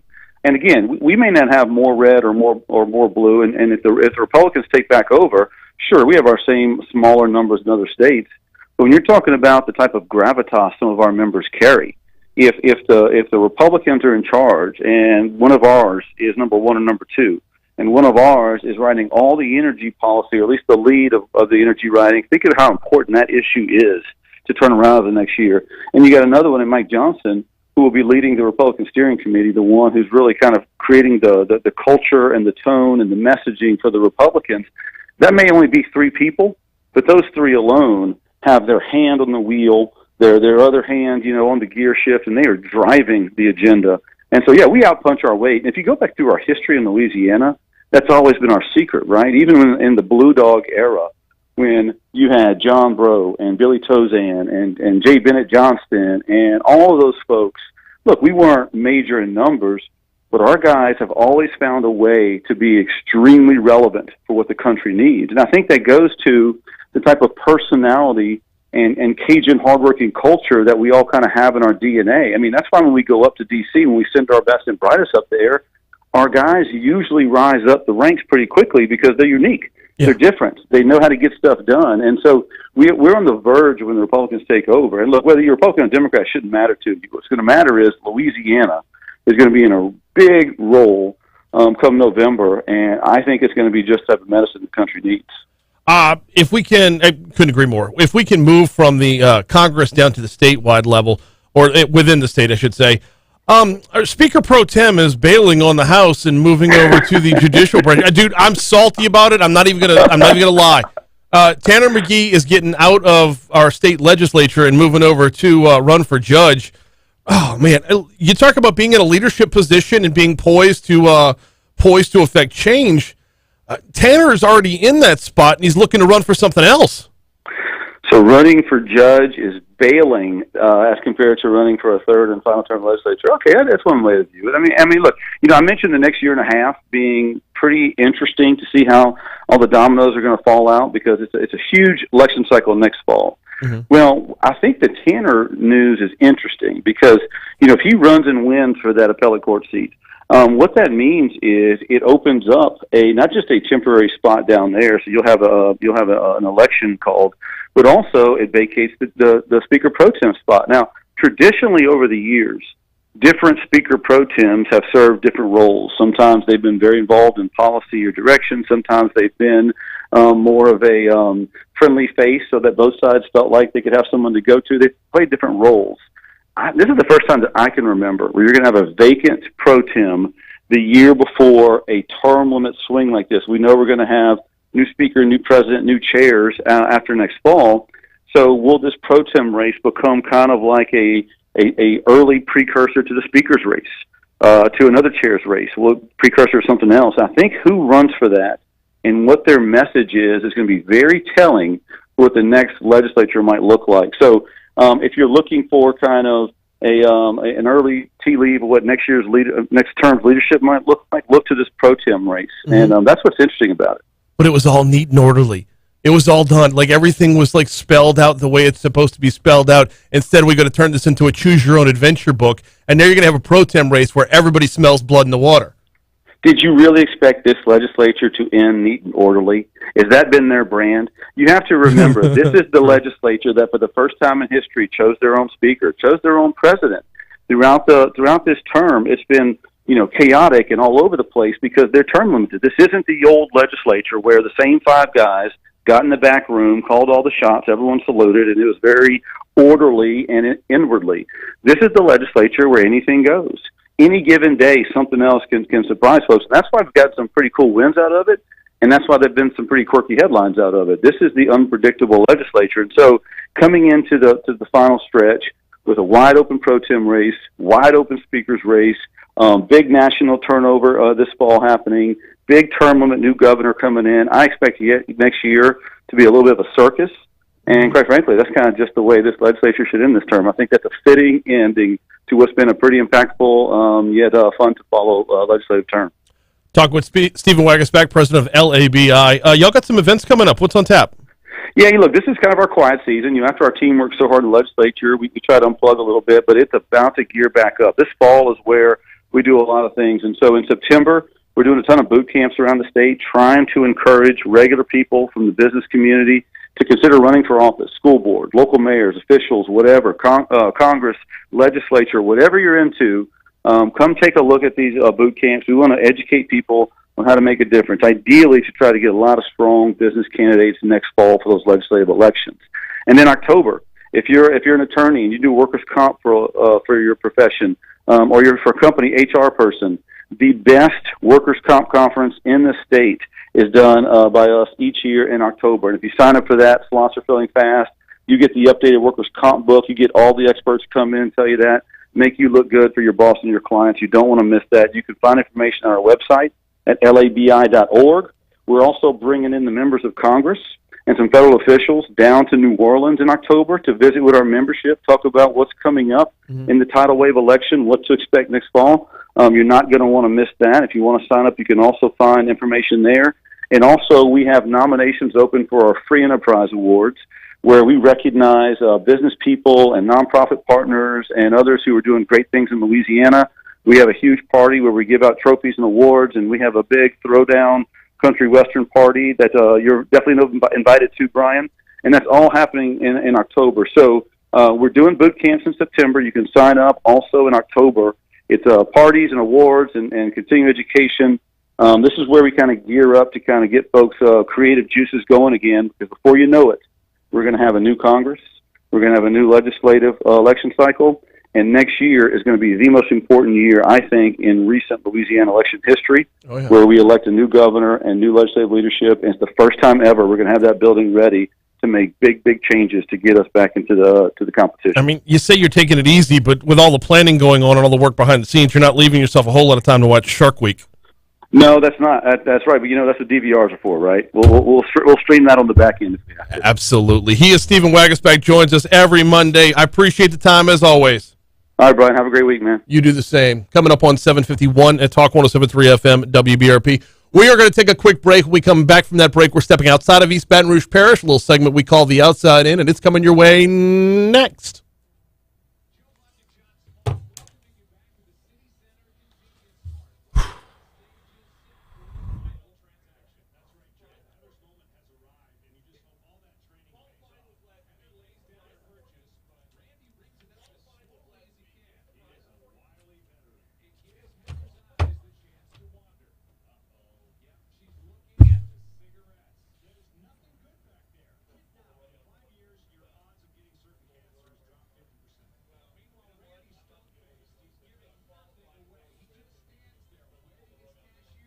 Oh, crap, I forgot to do my St. James Place read. Shit. No worries.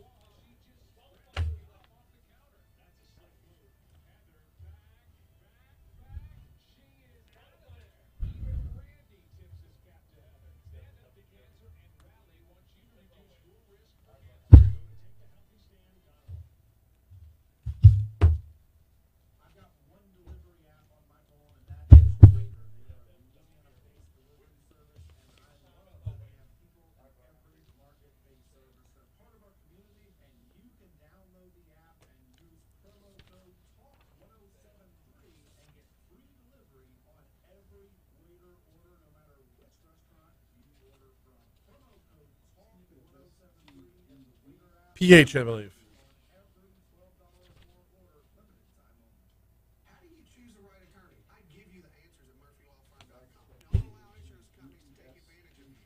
Yep.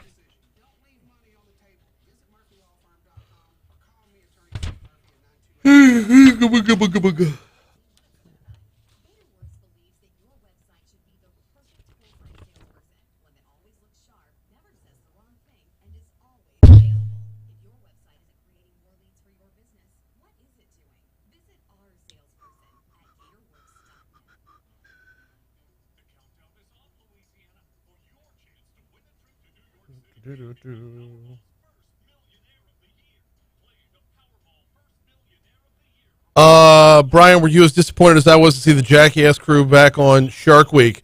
No! So I missed out last night. I took the kids to the pool, and we did not. Yeah, I was looking forward to Dwayne "The Rock" Johnson for sure. Oh, nuts, man! I didn't know the Jackass was back on it. Yeah, gonna be whatever.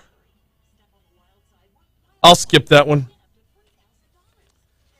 They walk a fine line between information and entertainment, and they've been doing a better job of being more real about their programming lately. We're getting caught up tomorrow night. Got a whole bunch of it getting stacked up right now, but we're getting caught up tomorrow night. Oh? Apple TV? It's good stuff. It is.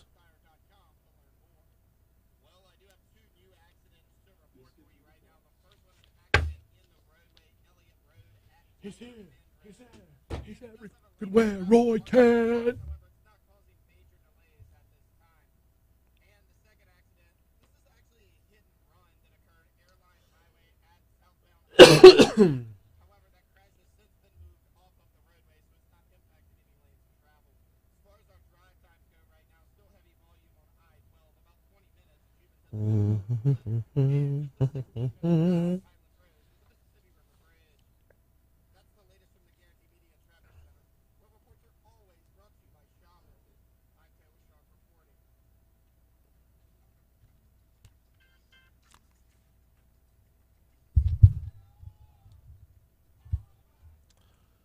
.755 Talk 107.3 FM WBRP. Thanks again to Stephen Wagasback, president of LABI, for hopping on board as he does every week.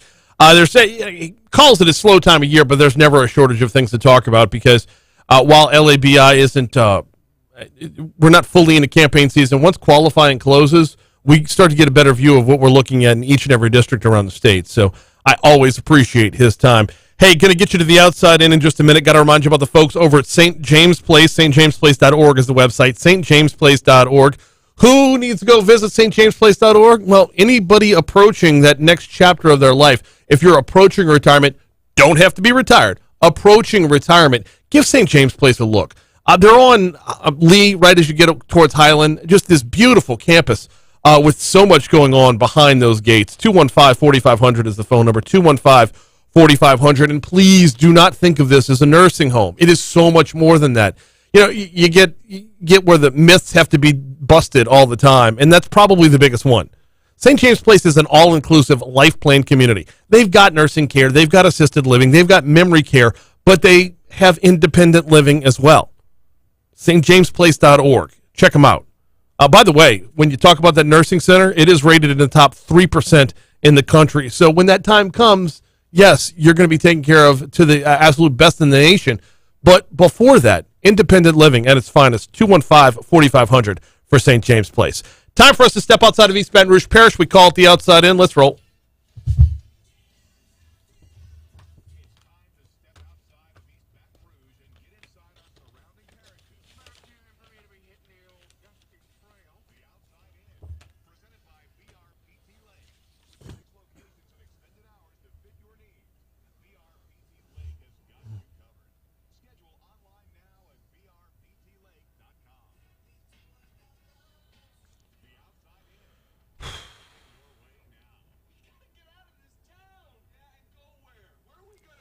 Starting off in Jefferson Parish, 2 people died in separate shootings in Metairie on Saturday. Authorities said they have no suspects nor motives at this time. WWL-TV reported that the sheriff's office responded to North Bengal Road near Airline Highway, which is kind of smack dab in between the Shrine on Airline and the airport. This was around 2:30 p.m. Saturday. They found a person inside a car who had been shot. The person later died, authorities said. Less than an hour later, deputies found a man with a gunshot wound on the corner of South Howard Avenue and Warsaw Street, about 1 mile away from the previous shooting. The news outlet said the man was taken to a hospital where he also passed. Next stop, Tangipahoa Parish. A boat driver was arrested for DWI after a fatal accident on Lake Pontchartrain when a 21-year-old fell off of a vessel and was struck and killed by the propeller. Department of Wildlife and Fisheries said the accident happened around 4:30 p.m. Saturday in Lake Pontchartrain. Hunter Prevost, 21 years old, was aboard the boat when he fell off the front and into the water where he was struck by the propeller. Prevost's body was recovered from the lake around 7 p.m., officials say. Department of Wildlife agents said the driver of the boat, 22-year-old Lane Keenan, was impaired at the time of the accident, arrested on charges of operating or driving a vessel while impaired, vehicular homicide, and reckless operation of a vessel. Heading over to Port Allen, we touched on this in our top stories and trending. A teenager was injured in a shooting early Monday morning near a motel. West Baton Rouge Sheriff's Office said the shooting happened near a motel off Lobdell Highway in Port Allen. Officials say the victim was transported to a hospital. Extent of the injuries unknown at this time. Over to St. James Parish, 3 vandals were arrested Sunday after allegedly breaking into a high school overnight Saturday night into Sunday morning, vandalizing classrooms and attempting to set fire to the main front office. St. James Parish Sheriff's Office responded to Lutcher High School shortly before 3:30 a.m. Sunday. Deputies said 5 classrooms in the school's cafeteria had been vandalized and a fire had been set in the office. Closing out in Point Capee Parish, an emergency blood drive was held in New Roads on Sunday to help save the life of a police officer and firefighter who was seriously injured in a fall last week and is in critical condition. Trayvon Smith is a New Roads police officer, an honorary member of Point Capee Fire District Number 2. Officials say he was injured in an accident where he fell more than 50 feet on Sunday, July 17th, while cutting a tree. Smith needed several units of blood and multiple surgeries after the incident, according to LifeShare Blood Center. They hosted 2 drives over last weekend. They have a plan on having another event in the very near future. And that's the Outside In. Let's get you to CBS News here at Talk 107.3 FM.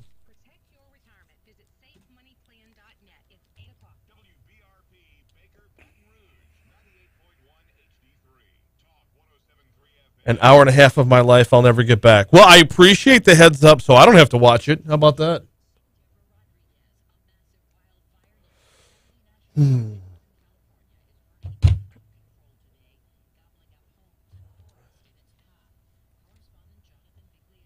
right, I've still got complete collision center, right? I did Mathurns. I did St. James.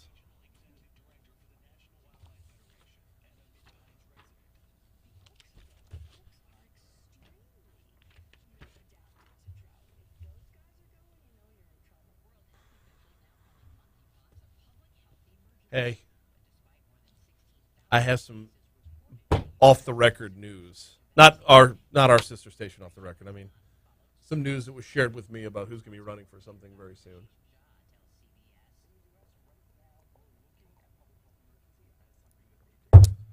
And I think you'll find it interesting, to say the least.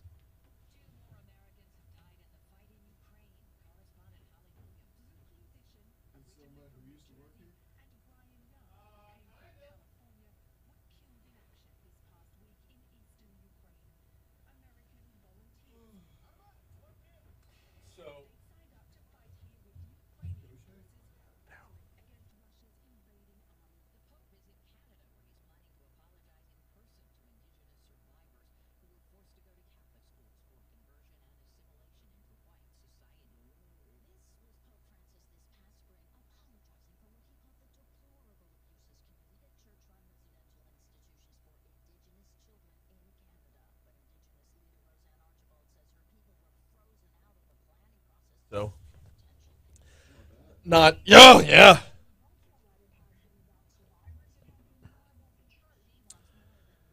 It's actually a very, very good fit.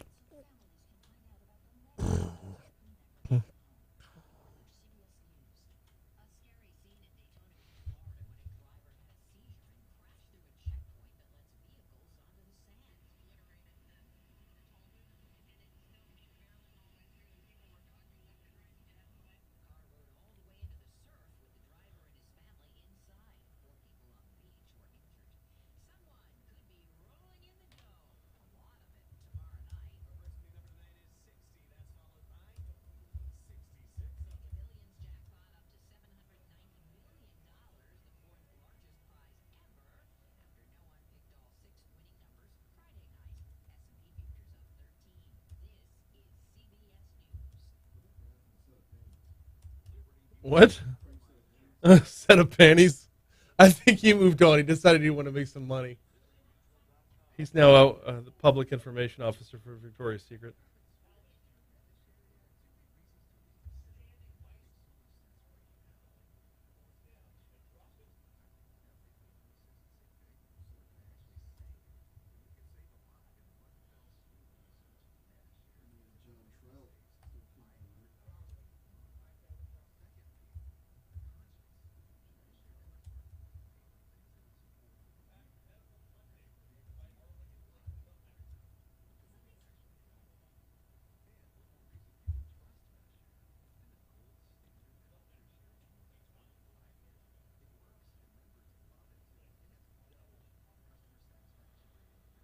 All right. It's official. I am still a basketball coach.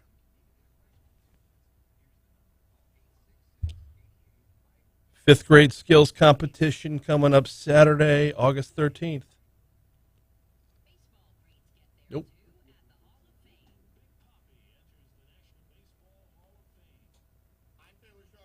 Ha! It's Taylor Sharp. Very good. It's Taylor Sharp. He do traffic.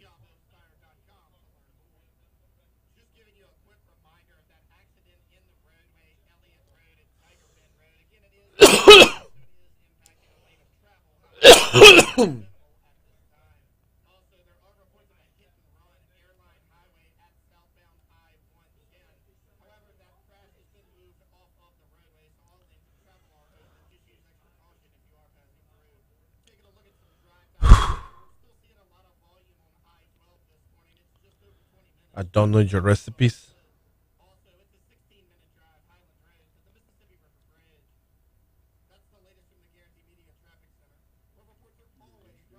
Yep. Time for us to get a look at that Monday forecast. Here is WBRZ meteorologist Marissa Nuzzo.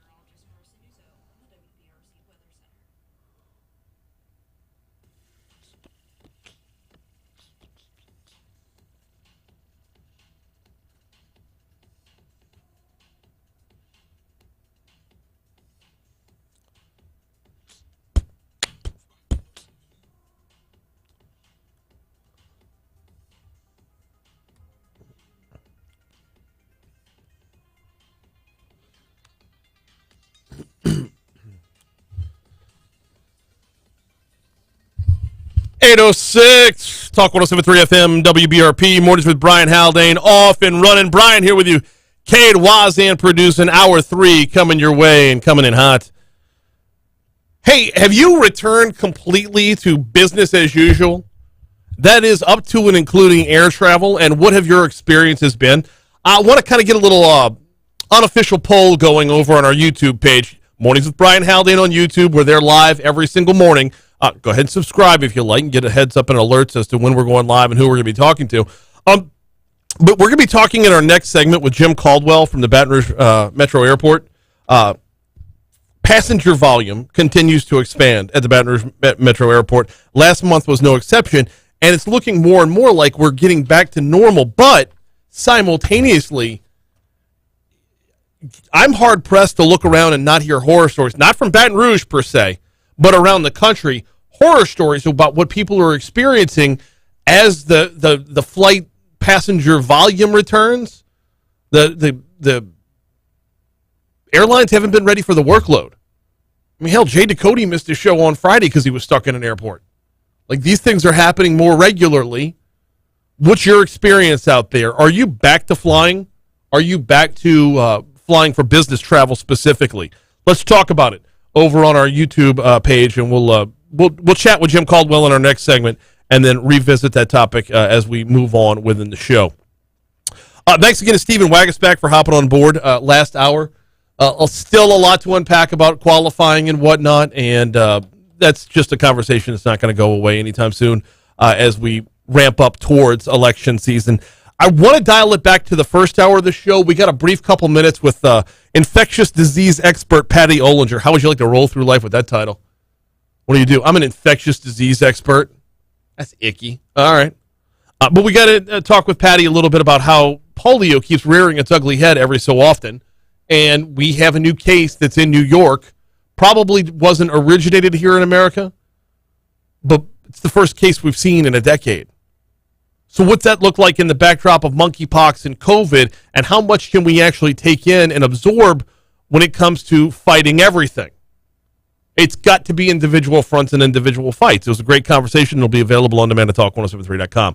All that more has been coming your way throughout the morning this morning. Right now, though, it's the time of the show where we step back in time. Cade Wazan brings you This Day in History.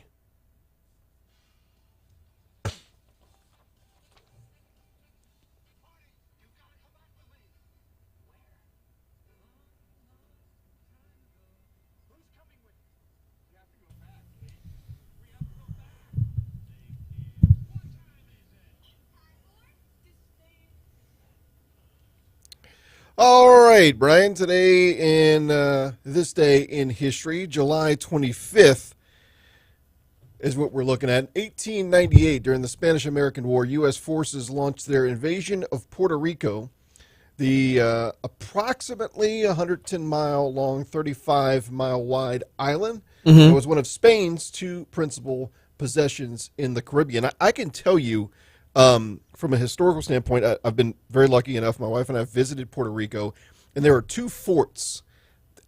Wait, when did you go to Puerto Rico? On our honeymoon. What? Flew to Puerto Rico and did a cruise. It was wonderful. How cool is that? That's really off the beaten path.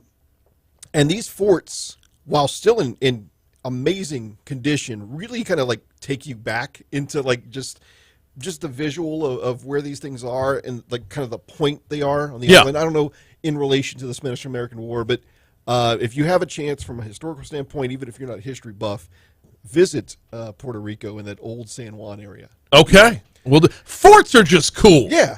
I don't know if this isn't a guy thing. This isn't a guy, like, because my daughters are into it. We went to now I'm going to forget the name of the fort in Pensacola. We went to it when we were on vacation, and it was the best time we had while we were there because you just, like, travel back in time. Like, everything is still kind intact. of like think where you Yeah. It's neat. And it overlooks a really sweet portion of the water on the other side. All right, so 1943, Benito Mussolini was voted out of power by the Grand Council and then arrested upon leaving a meeting with the king, Emmanuel. All right. 1945, President Harry S. Truman hints to the Soviet Union premier, that being Joseph Stalin at the time, the United States has successfully developed a new weapon. In some writings, Truman privately referred to the new weapon as the atomic bomb. Okay. So, yeah. Hint, hint. 1978, the world's first baby to be conceived. That speech was called Bleep Around and Find Out. Too soon? Yeah, maybe so. Too soon? Yeah. Give it a couple years. 1978, the world's first baby to be conceived via in vitro fertilization, IVF, is born in Manchester, England. Okay. Yeah. Nice.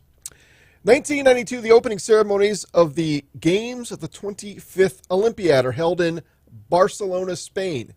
I can tell you that's probably the earliest I remember watching the Olympics. I remember the Barcelona Games, and then I remember the Winter Games in Norway when Dave Letterman sent his mother and all that stuff. Huh? No, you're not supposed to remember Winter Games. They just they go. Happen, right? Yeah. The Winter Games are for this. You act like you like curling. You hope the U.S. wins in hockey, and that's the end of it. Well, if I'm not mistaken, the Norway one was the one with the controversial. That wasn't the Tanya Harding deal, or am I wrong? No, 92 was Tanya Harding. Okay, fair enough. Or wait, no, 92 would have been summer. Now you're going to make me look it up. 94? 94. Nagano. Was it Nagano? Yeah. I'm remembering Nagano for some reason. I don't remember that anymore. Nagano. But what's interesting, and the first thing that comes to mind, of course, of the Barcelona games was that's the first time they let professional athletes play Dream Team. Dream Team. So Dream Team, big time. Yeah. Birthdays today, we'll make this quick. Matt LeBlanc. Wait. I got one more. I got one more for this day in history. Sure. It was on this day in 1990, and I'm going to, I did not have you cue this up to spare the audience. It was on this day in 1990 before a Padres-Reds game that Roseanne Barr belted out the national anthem. That was 1990, and we all remember that to this day. She wasn't canceled for that. Yeah. Birthdays? Birthdays. Matt LeBlanc, 55 years old. How you doing? The late, great Walter Payton. Yep. His birthday today. Alvin Kamara is 26. Yes, sir. Alvin Kumari. Hope he, we don't know. Do we have any update on his status of a potential... Pending. Yeah. Pending. Yeah. He's going to be suspended. We all know he's going to be... You kind of want to just start the season off on the wrong... But there's so many winnable games at the end of the season. I mean, at the beginning of the season. So... And the late, great actress, Estelle Getty. Hey! Hotline, please hold. So there you go. Also, it's Emmett Till's birthday. Remind me? Okay. So Emmett Till was, he was accused of, would the proper term be sexual misconduct? Okay. Black guy accused of coming on to a white woman. Aye. Yeah, he was killed for it. But, his birthday was today in 1941. There you go. Yeah. A bit of history. This day in history. Also, July 5th. born on this day in 2001, Bryce Young. Heisman Trophy winner. Yes. How about that? Got any deaths? I did not. Oh, and as far as days go. Ben Hogan. Ben Hogan. Ben Hogan. Yeah, American golfer died on this day in 1997. National Hire a Veterans Day. Hire a Veteran Day, rather. National Hot Fudge Sundae Day. National Wine and Cheese Day. It is National Wine and Cheese Day. Yes, it is. Out. I don't know who determines that, but I'll take it and run. I know who. Let's take a quick break. Are you back to flying yet? BTR joins us next.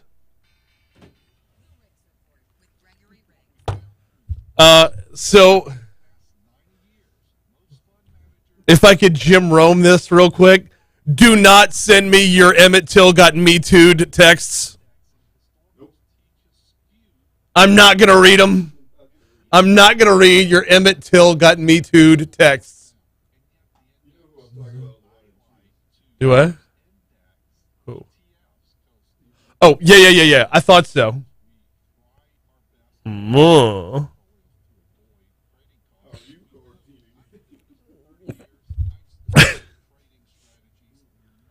you make sure that's Jim on the hotline? And I didn't double book something like a moron.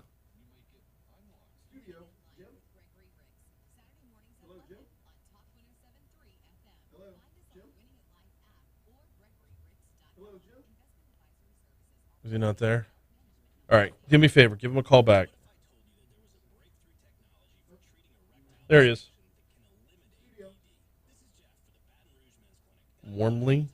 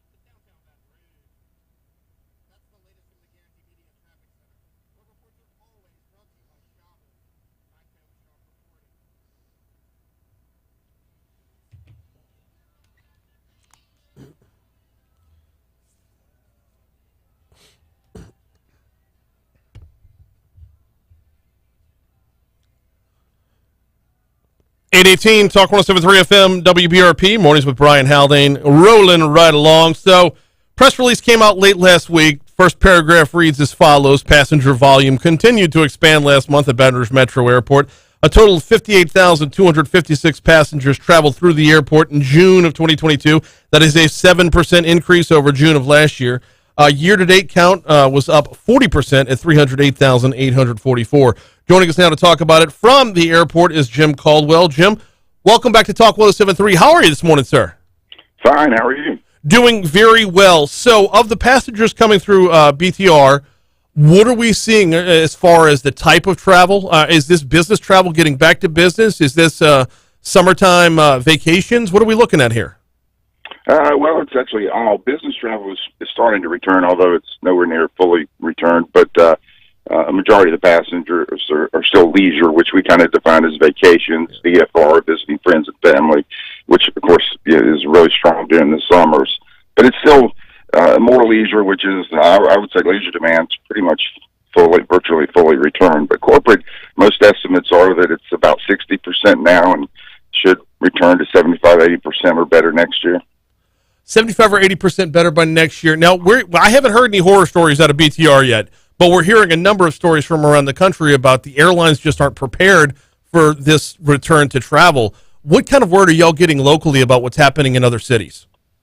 Yeah, we're hearing the same thing. We've been pretty fortunate. Our on-time performance and completion factor that measures the percentage of flights canceled have both been better than the national average. And now, of course, once they get to the hubs, there could be issues, but they've been getting to and from BTR without an issue for the most part. But I think the airlines, they've all reduced their flying. Virtually all have reduced their flying to give themselves a little bit more of a cushion if bad weather hits and pilots start timing out, and they're all kind of resource strapped anyway. So they're hoping that this additional cushion by reducing the number of flights will improve their numbers, and it seems to be. We're talking with Jim Caldwell from he's the marketing and public relations manager for Baton Rouge Metro Airport. Jim, you talk about the numbers coming back. It sounds like they're coming back quickly. I mean, when the pandemic first hit, you guys were probably hit harder than anybody else out there. Is this about on pace for the return to business y'all were expecting, or are we ahead of pace? We're about where we expected, and about where the national average is for the return. Most, you've got some exceptions, some markets that have actually already exceeded 2019, but for the most part, they're vacation destination markets, meeting the demand of the people that are, the increased leisure travel. But most markets are running about the same as us, which is where we anticipated. On a normal calendar year, what's the breakdown of leisure versus business travel for BTR? Well, it used to be, it's not as easy to measure as it was years ago when you had a Saturday night stay on a fare to get a low fare. You knew everybody that didn't stay over Saturday night was probably a business traveler, but based on surveys and other measures, we were about 60% corporate, 40% leisure, and now it's probably flipped at least 60% leisure, visiting friends and family, which was kind of a pleasant surprise for us. It showed us something we really knew, that we had that kind of demand too, which is a good message to show, to the airlines, especially those that are focused on vacation and leisure travel. As we've gotten through the pandemic, what's been done to help out, I guess, supplement lost revenues and the like? We've talked a million times on this show about how, restaurants have been getting help, hotels have been getting help. There's been help and guidance out there along the way. What's been able to lend a helping hand to keep the airport afloat? Well, airports did get some CARES money to help fill the gaps, which is really critical, as did the airlines. And the airports tended to use it in turn to help many of their tenants and to restructure some of the agreements and things. So it's been a critical thing for the airlines and the airports to get through it. The press release that came out late last week says a nationwide trend of flight reductions by airlines due to staffing shortages, particularly among pilots, has made securing more flights and higher seating capacity a challenge. So is there an ongoing effort to recruit more pilots? Is it as simple as recruiting? I mean, how did we get in this predicament and how do we get out? I think of course it was, already in place well before the pandemic. It just was exacerbated by the pandemic. But I think it's, a combination of factors. Many are existing pilots getting older, retiring, fewer coming out of the military. It's extremely expensive to get all your ratings, pilot ratings. Then there was that, after that Colgan accident, upstate New York, they raised the minimum hours to 1,500. And there's some in the industry who feel like that should be adjusted, maybe back down to 750 hours. It used to be, 400 hours, 500 hours. But because both of those pilots actually had thousands of hours, so it was more, it wasn't that issue. And many in the industry think that, the skill level is a critical thing. Somebody could have 750 hours and just have better skills, better knack for flying than someone with 2 or 3 times that. So there's some talk in the industry about reducing those hours, which would help. But yeah, the airlines, especially the regionals and others, are starting some programs helping fund students through flight training, provided they give commitments to fly with them a certain number of years. So measures are being taken. It's just going to be a while before they catch up. Considering this started before the pandemic, is there a way to put a timeline on it, or is this just kind of take it as it comes?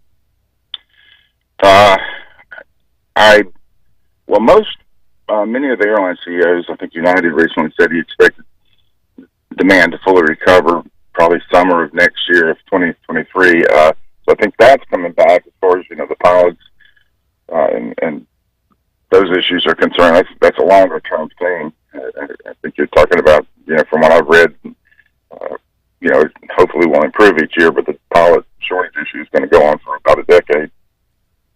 I mean, it's incredible. But meanwhile, here at BTR, if I'm reading the press release right, we're back to scheduling more flights going to be added on back in the very near future.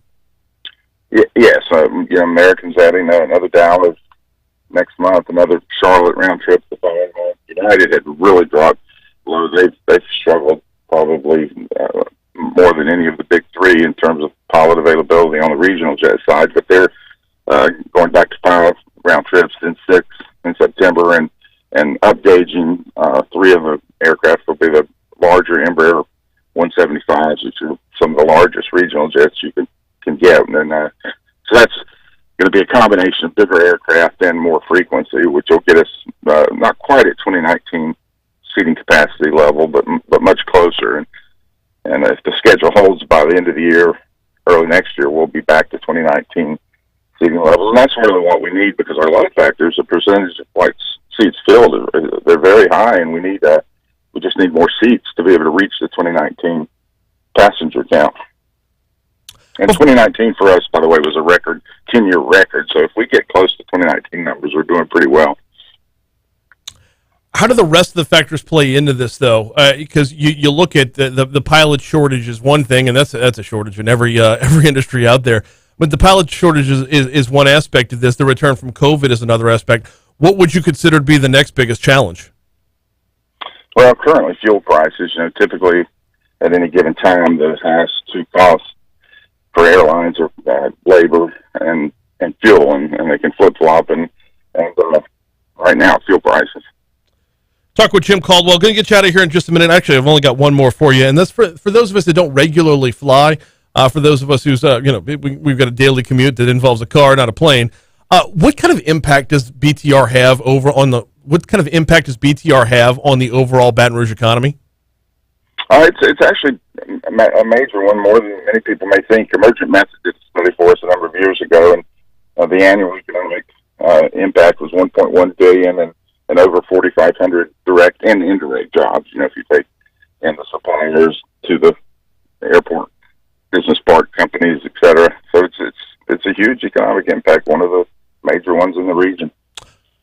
Actually, I said that was the last one. I've actually got one more for you. With the dollars that came in through the pandemic, CARES Act, and everything else, are there growth plans, construction plans that we should be on the lookout for? Well, we had done major renovations to the airport within the past 10 years, and within the past 5 or 6 new restrooms. And so in terms of the facility, we don't have, we've got ongoing smaller things going on, of course, but the biggest thing is the extension of one of our runways for what they call an RPZ runway protection zone. We've got an EMAS there now, which is engineered material arresting system. Those kind of collapsible blocks that if a plane overruns the runway, it stops it, kind of like one of those truck stops going down a mountain with the sand. But an RPZ runway protection zone is preferred by the FAA. So we're going to be relocating Plank Road, kind of curving it out to allow that land that currently goes beyond Plank Road to be part of the overrun area for the runway protection zone. So that's the big one. And it's well underway in terms of property's been purchased. Some of the work's begun, but it's going to be over several years. He is Jim Caldwell with the Baton Rouge Metropolitan Airport. I appreciate a couple minutes this morning, man. Thanks a million. Oh, you're welcome. Thank you for having me. No, absolutely. It's when do we get caught up with the airport enough? I mean, $1.1 billion economic output. That's not a small number. 4,500 combined direct and indirect jobs, also not a small number. So I appreciate his time this morning. And yeah, so we saw a 7% increase in June of 2022 versus June of 2021, and year to date up 40%. And Jim said expect us to be about 75% back to normal or back to 2019 numbers by the end of this year. Okay, I'll take that and run. Because in the overall scope of things, when you had the pandemic, get backed up or get followed up with the Great Resignation, get followed up with where the economy's at today, add in, like he said, the cost of fuel, add in the inflation, add in everything else, businesses getting back to travel, if they're getting back at these kind of numbers, it's actually kind of reassuring as to where we might be headed. And we've talked on this show a number of times. I've had a number of guests sound off on whether or not we're headed towards a full-on recession. Well, as long as numbers at the airport continue to roll over, that means people are still being bold in their business approach, and that's going to lead to more good things down the road or in the air. Let me know, are you back to business travel? Sound off on YouTube, if you would. It's Mornings with Brian Haldane on YouTube. We are there every morning. Go ahead and hit that subscribe button if you like what you're seeing, and let me know. Business travel, yay or nay? Has your company scaled back any? Have you dove back in since previously scaling back? We'll talk about it a little more, and got a couple more topics to cover in just a little bit. Right now, though, we got to get caught up with CBS News and our own local news, traffic, and weather on Talk 107.3. I don't want to talk about this more.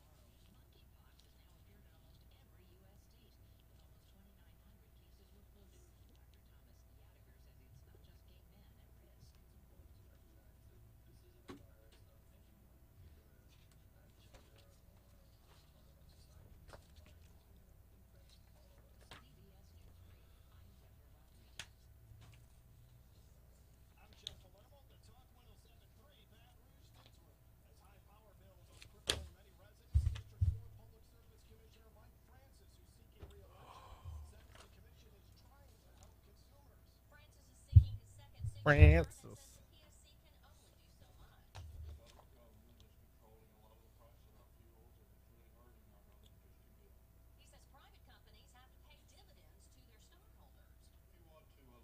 Yes, they do. They absolutely do.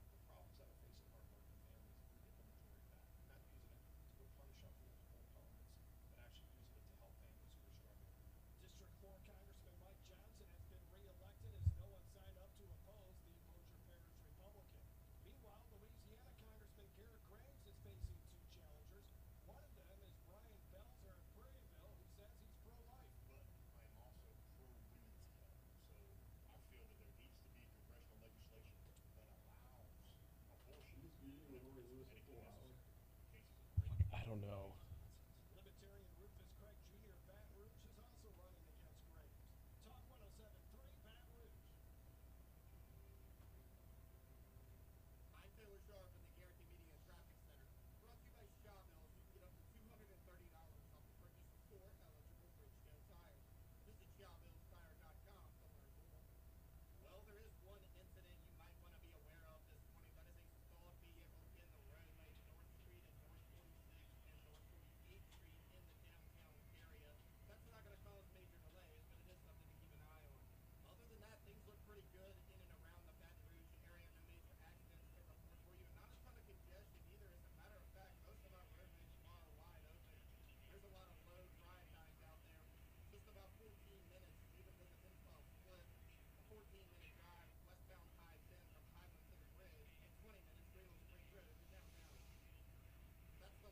Go Tigers.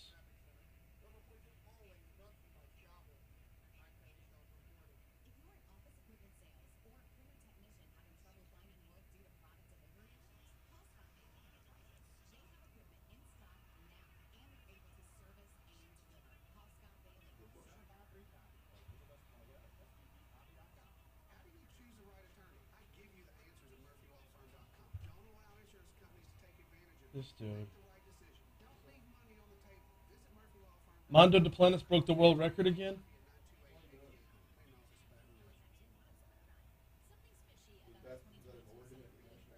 Yeah.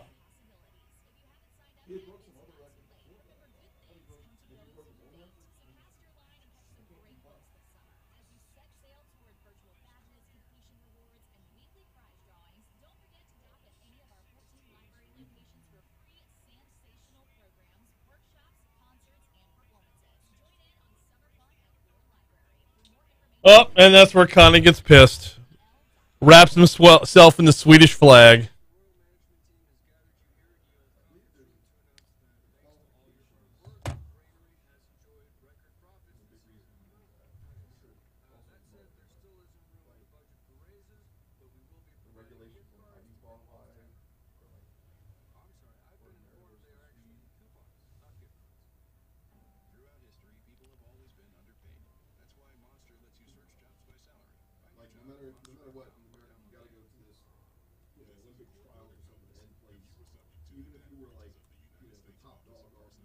Yeah.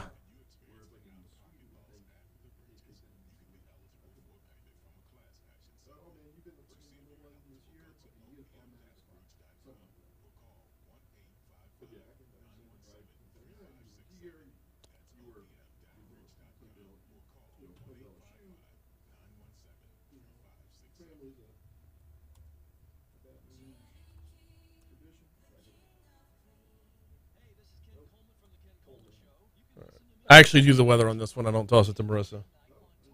Yeah. Well, it's dated at this point. All right, time for us to run down that forecast, and here is what we're looking at today. A projected high of 91, but there is a 40% chance of rain today. If you're wondering when that chance of rain is going to hit, look for the late afternoon hours. Anything after 3 p.m. Through about 6 p.m. Is when that 40% chance of rain will be rolling through town. Overnight low tonight supposed to get down to about 75. Tomorrow, rinse, repeat, high of 92 with a 25% chance of rain. Back up to a 45% chance of rain on Wednesday with a high of 93, and that's where it's going to stick for Thursday as well. Right now, we're at 84 degrees in downtown Baton Rouge, still looking at 79% humidity.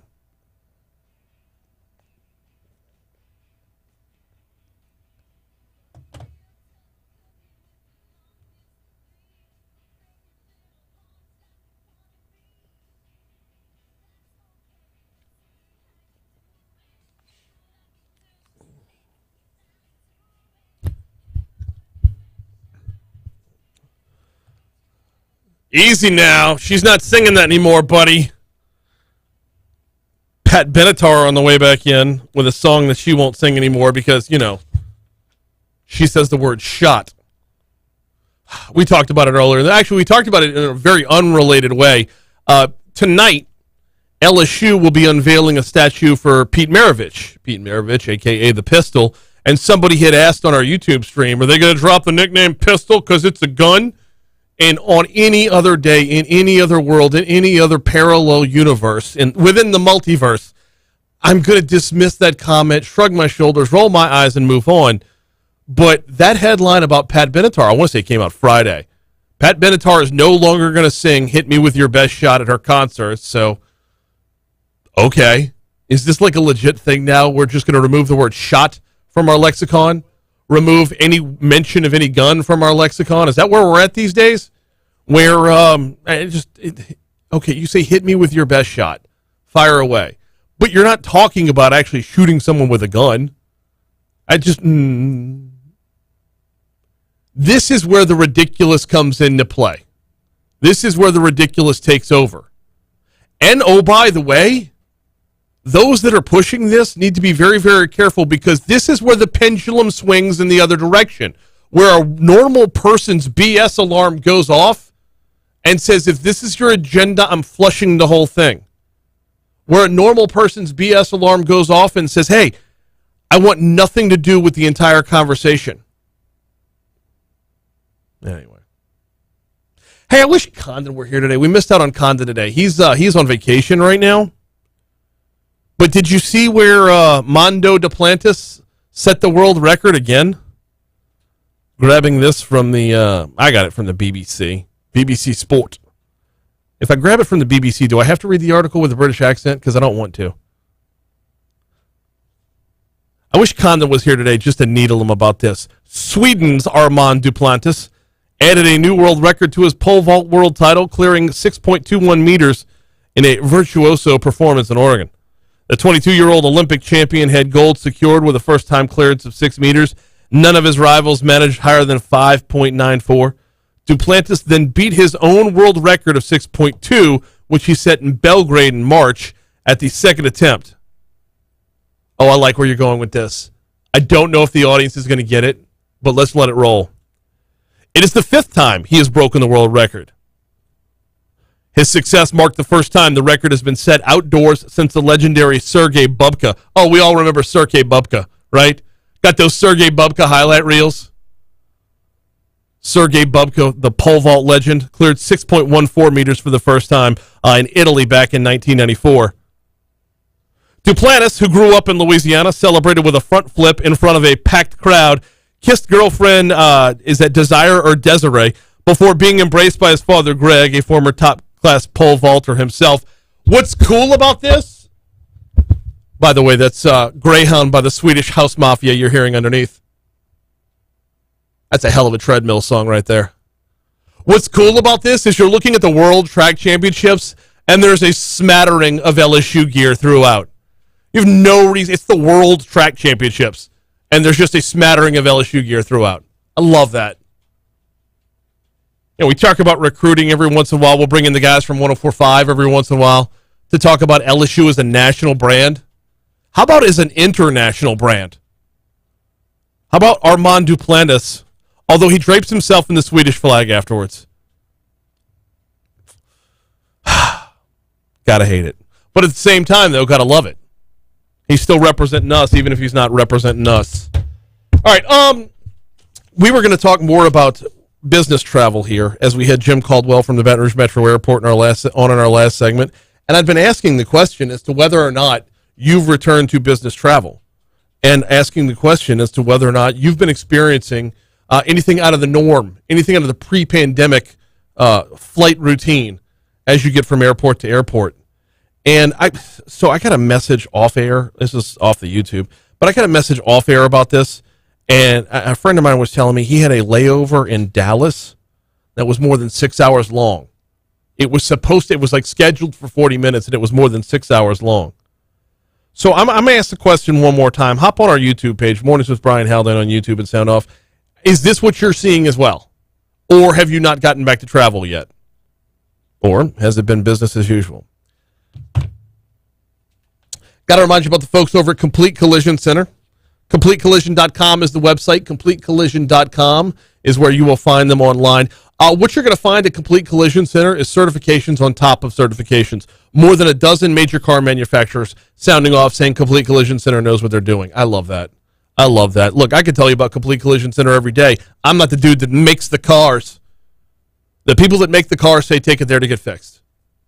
768-9898 is the phone number. 768-9898 is your hotline to get right to them. Why? Because number one, well, you're taking your car there after you get into an accident. They are top notch. They are the best around. But more importantly than that, you might see a phone call coming in from them if you do take your car to Complete Collision Center. And this has been super impressive.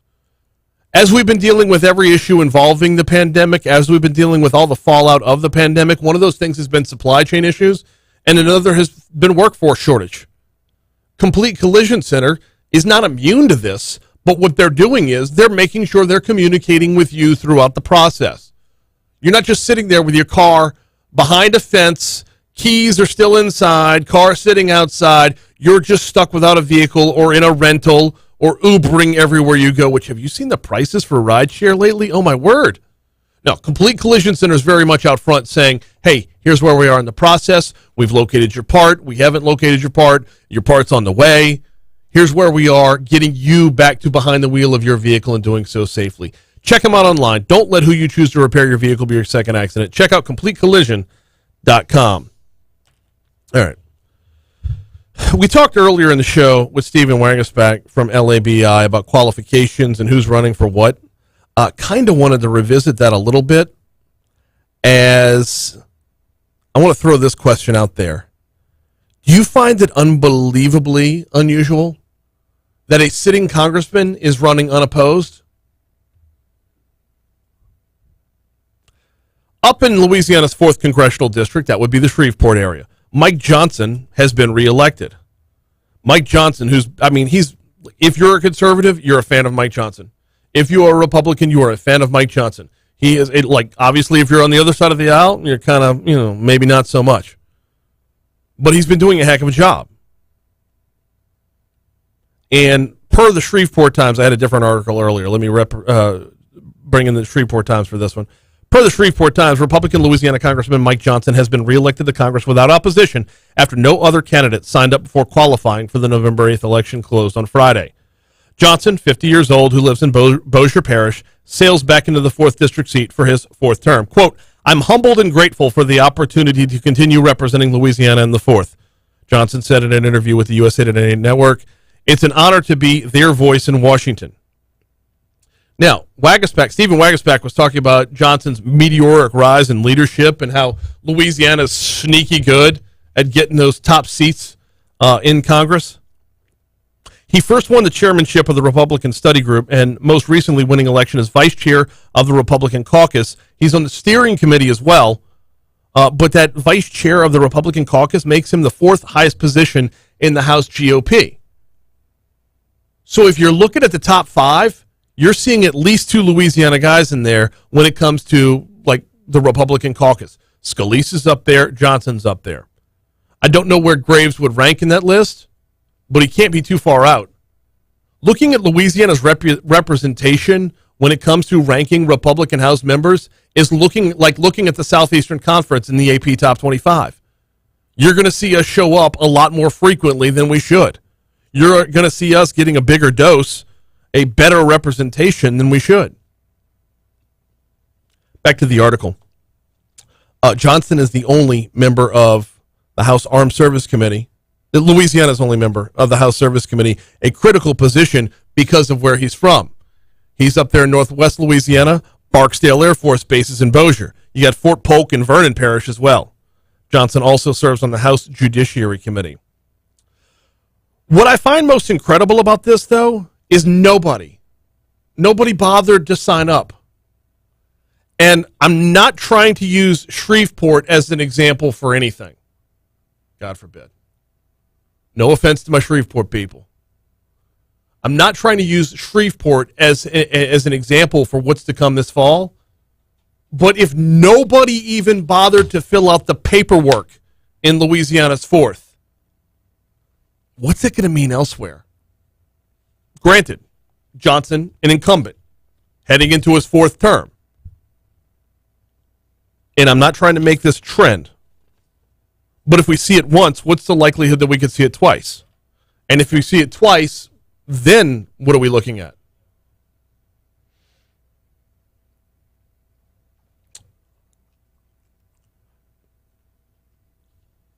Julia Letlow has competition. Clay Higgins has competition. Garrett Graves has competition. Steve Scalise has competition. And Troy Carter has competition.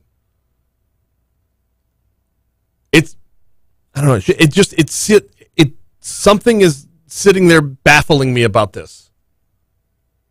There are only 6 of these seats in the whole state. And literally nobody on either side of the aisle decided to even get in the ball game. I don't know. I need to stop before I try to extrapolate more out of this than there actually is. All right, that drop needs to be everywhere, by the way.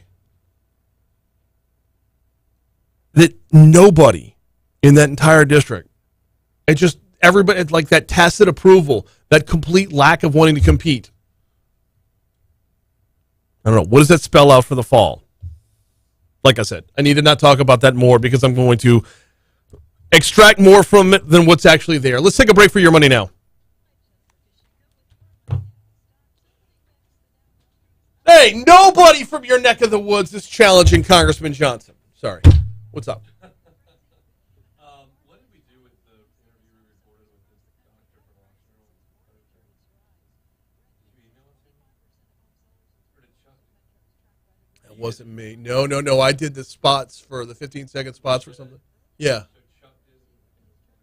Yeah, I don't think I did an interview with a doctor. That would make sense why. No, we recorded. Chuck was in here. Chuck just recorded the interview. I guess that's why when I searched for your emails, I got the shit. All good.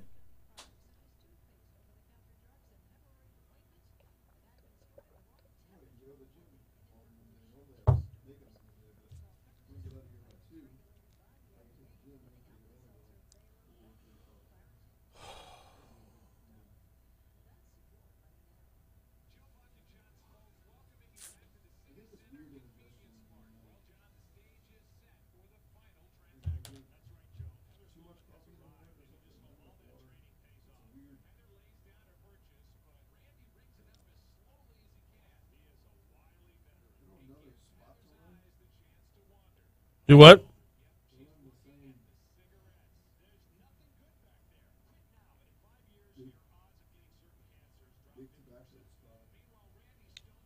And it's a PSA.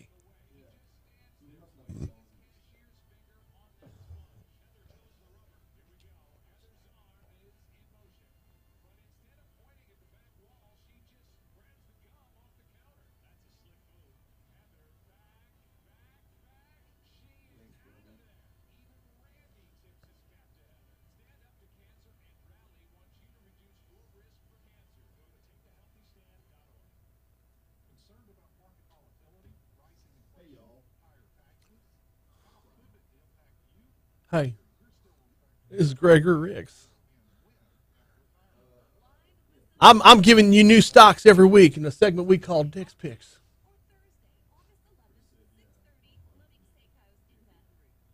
Do what? Oh, about cutting out early?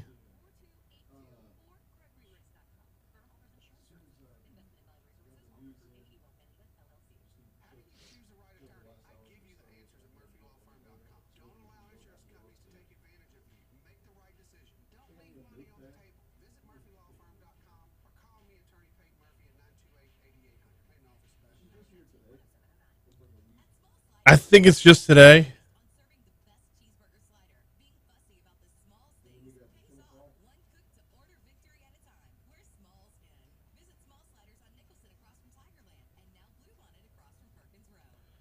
Yeah. Oh, by the way, YouTube, we've got to bail the second the show's over with this morning.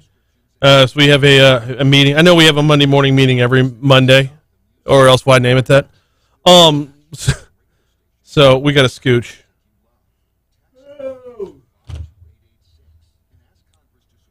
That being said, I'm done talking about anything real. I say that. Feel free to grab Jaws music. And be ready because we're going to talk back and forth here.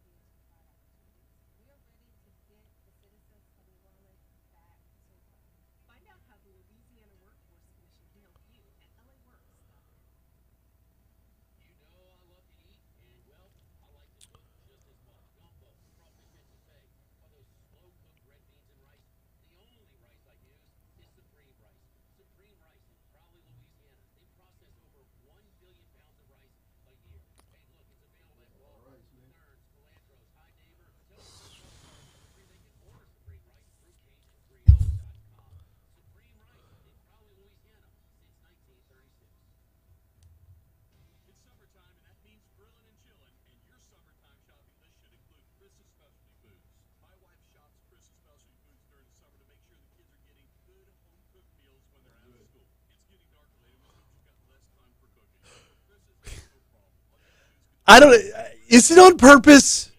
Does he do it on purpose? I send my wife to do the shopping.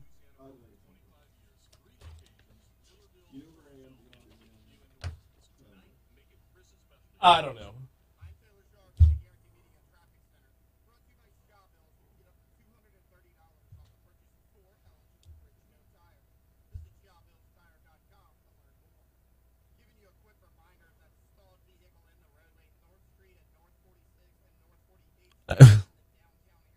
It just comes off so freaking chauvinistic.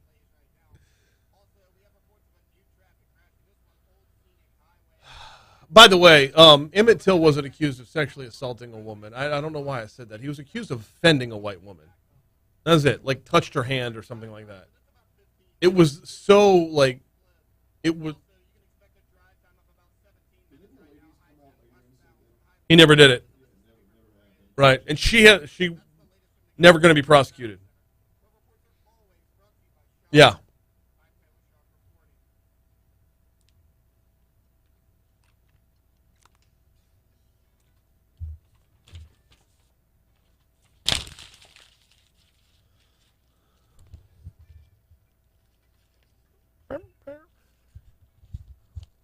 .856 Talk 107.3 FM WBRP. One segment to go here on Mornings with Brian Haldane. Thanks again to everybody who's hopped on board. Patty Ollinger, talking polio. She's an infectious disease expert. We have Medical Monday coming your way earlier. We had Stephen Wagersback from LABI, and we had Jim Caldwell from the Baton Rouge Metro Airport. All good stuff. All will be available on demand at talk1073.com after the show is over with. Cade, got to bring you in here because I'm super excited this week. This is one of my favorite weeks of the year. I am super excited this week. All right. It's Shark Week.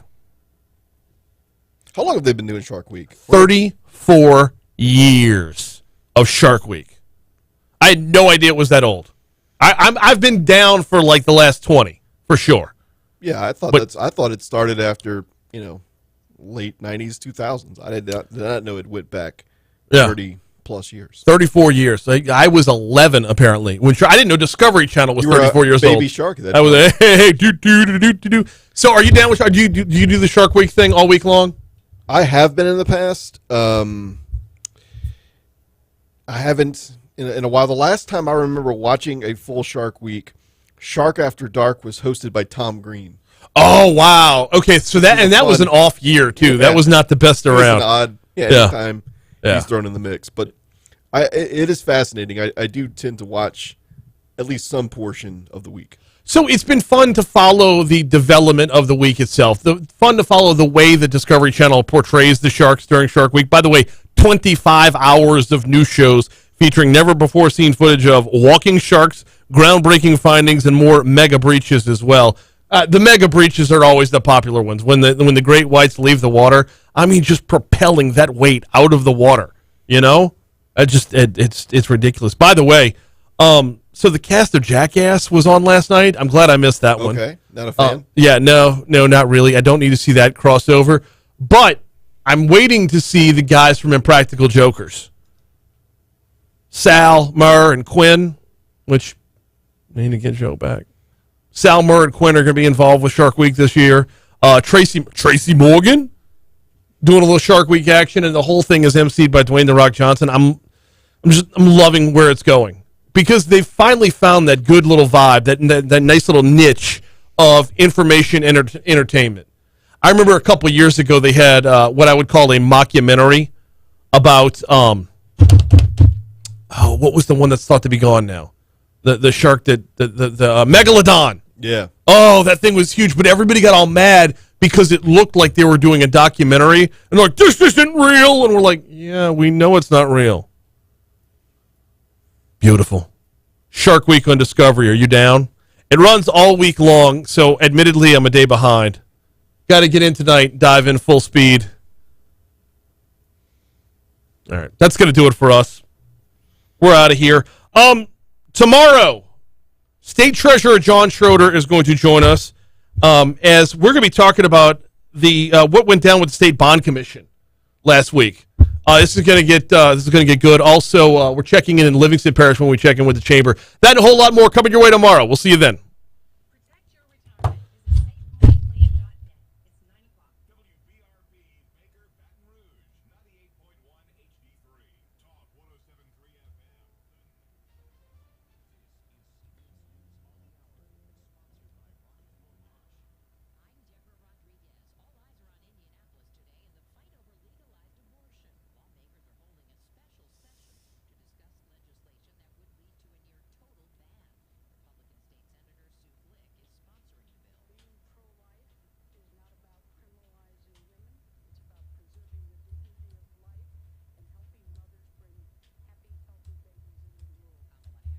Are we out on YouTube? Later on YouTube. See you tomorrow.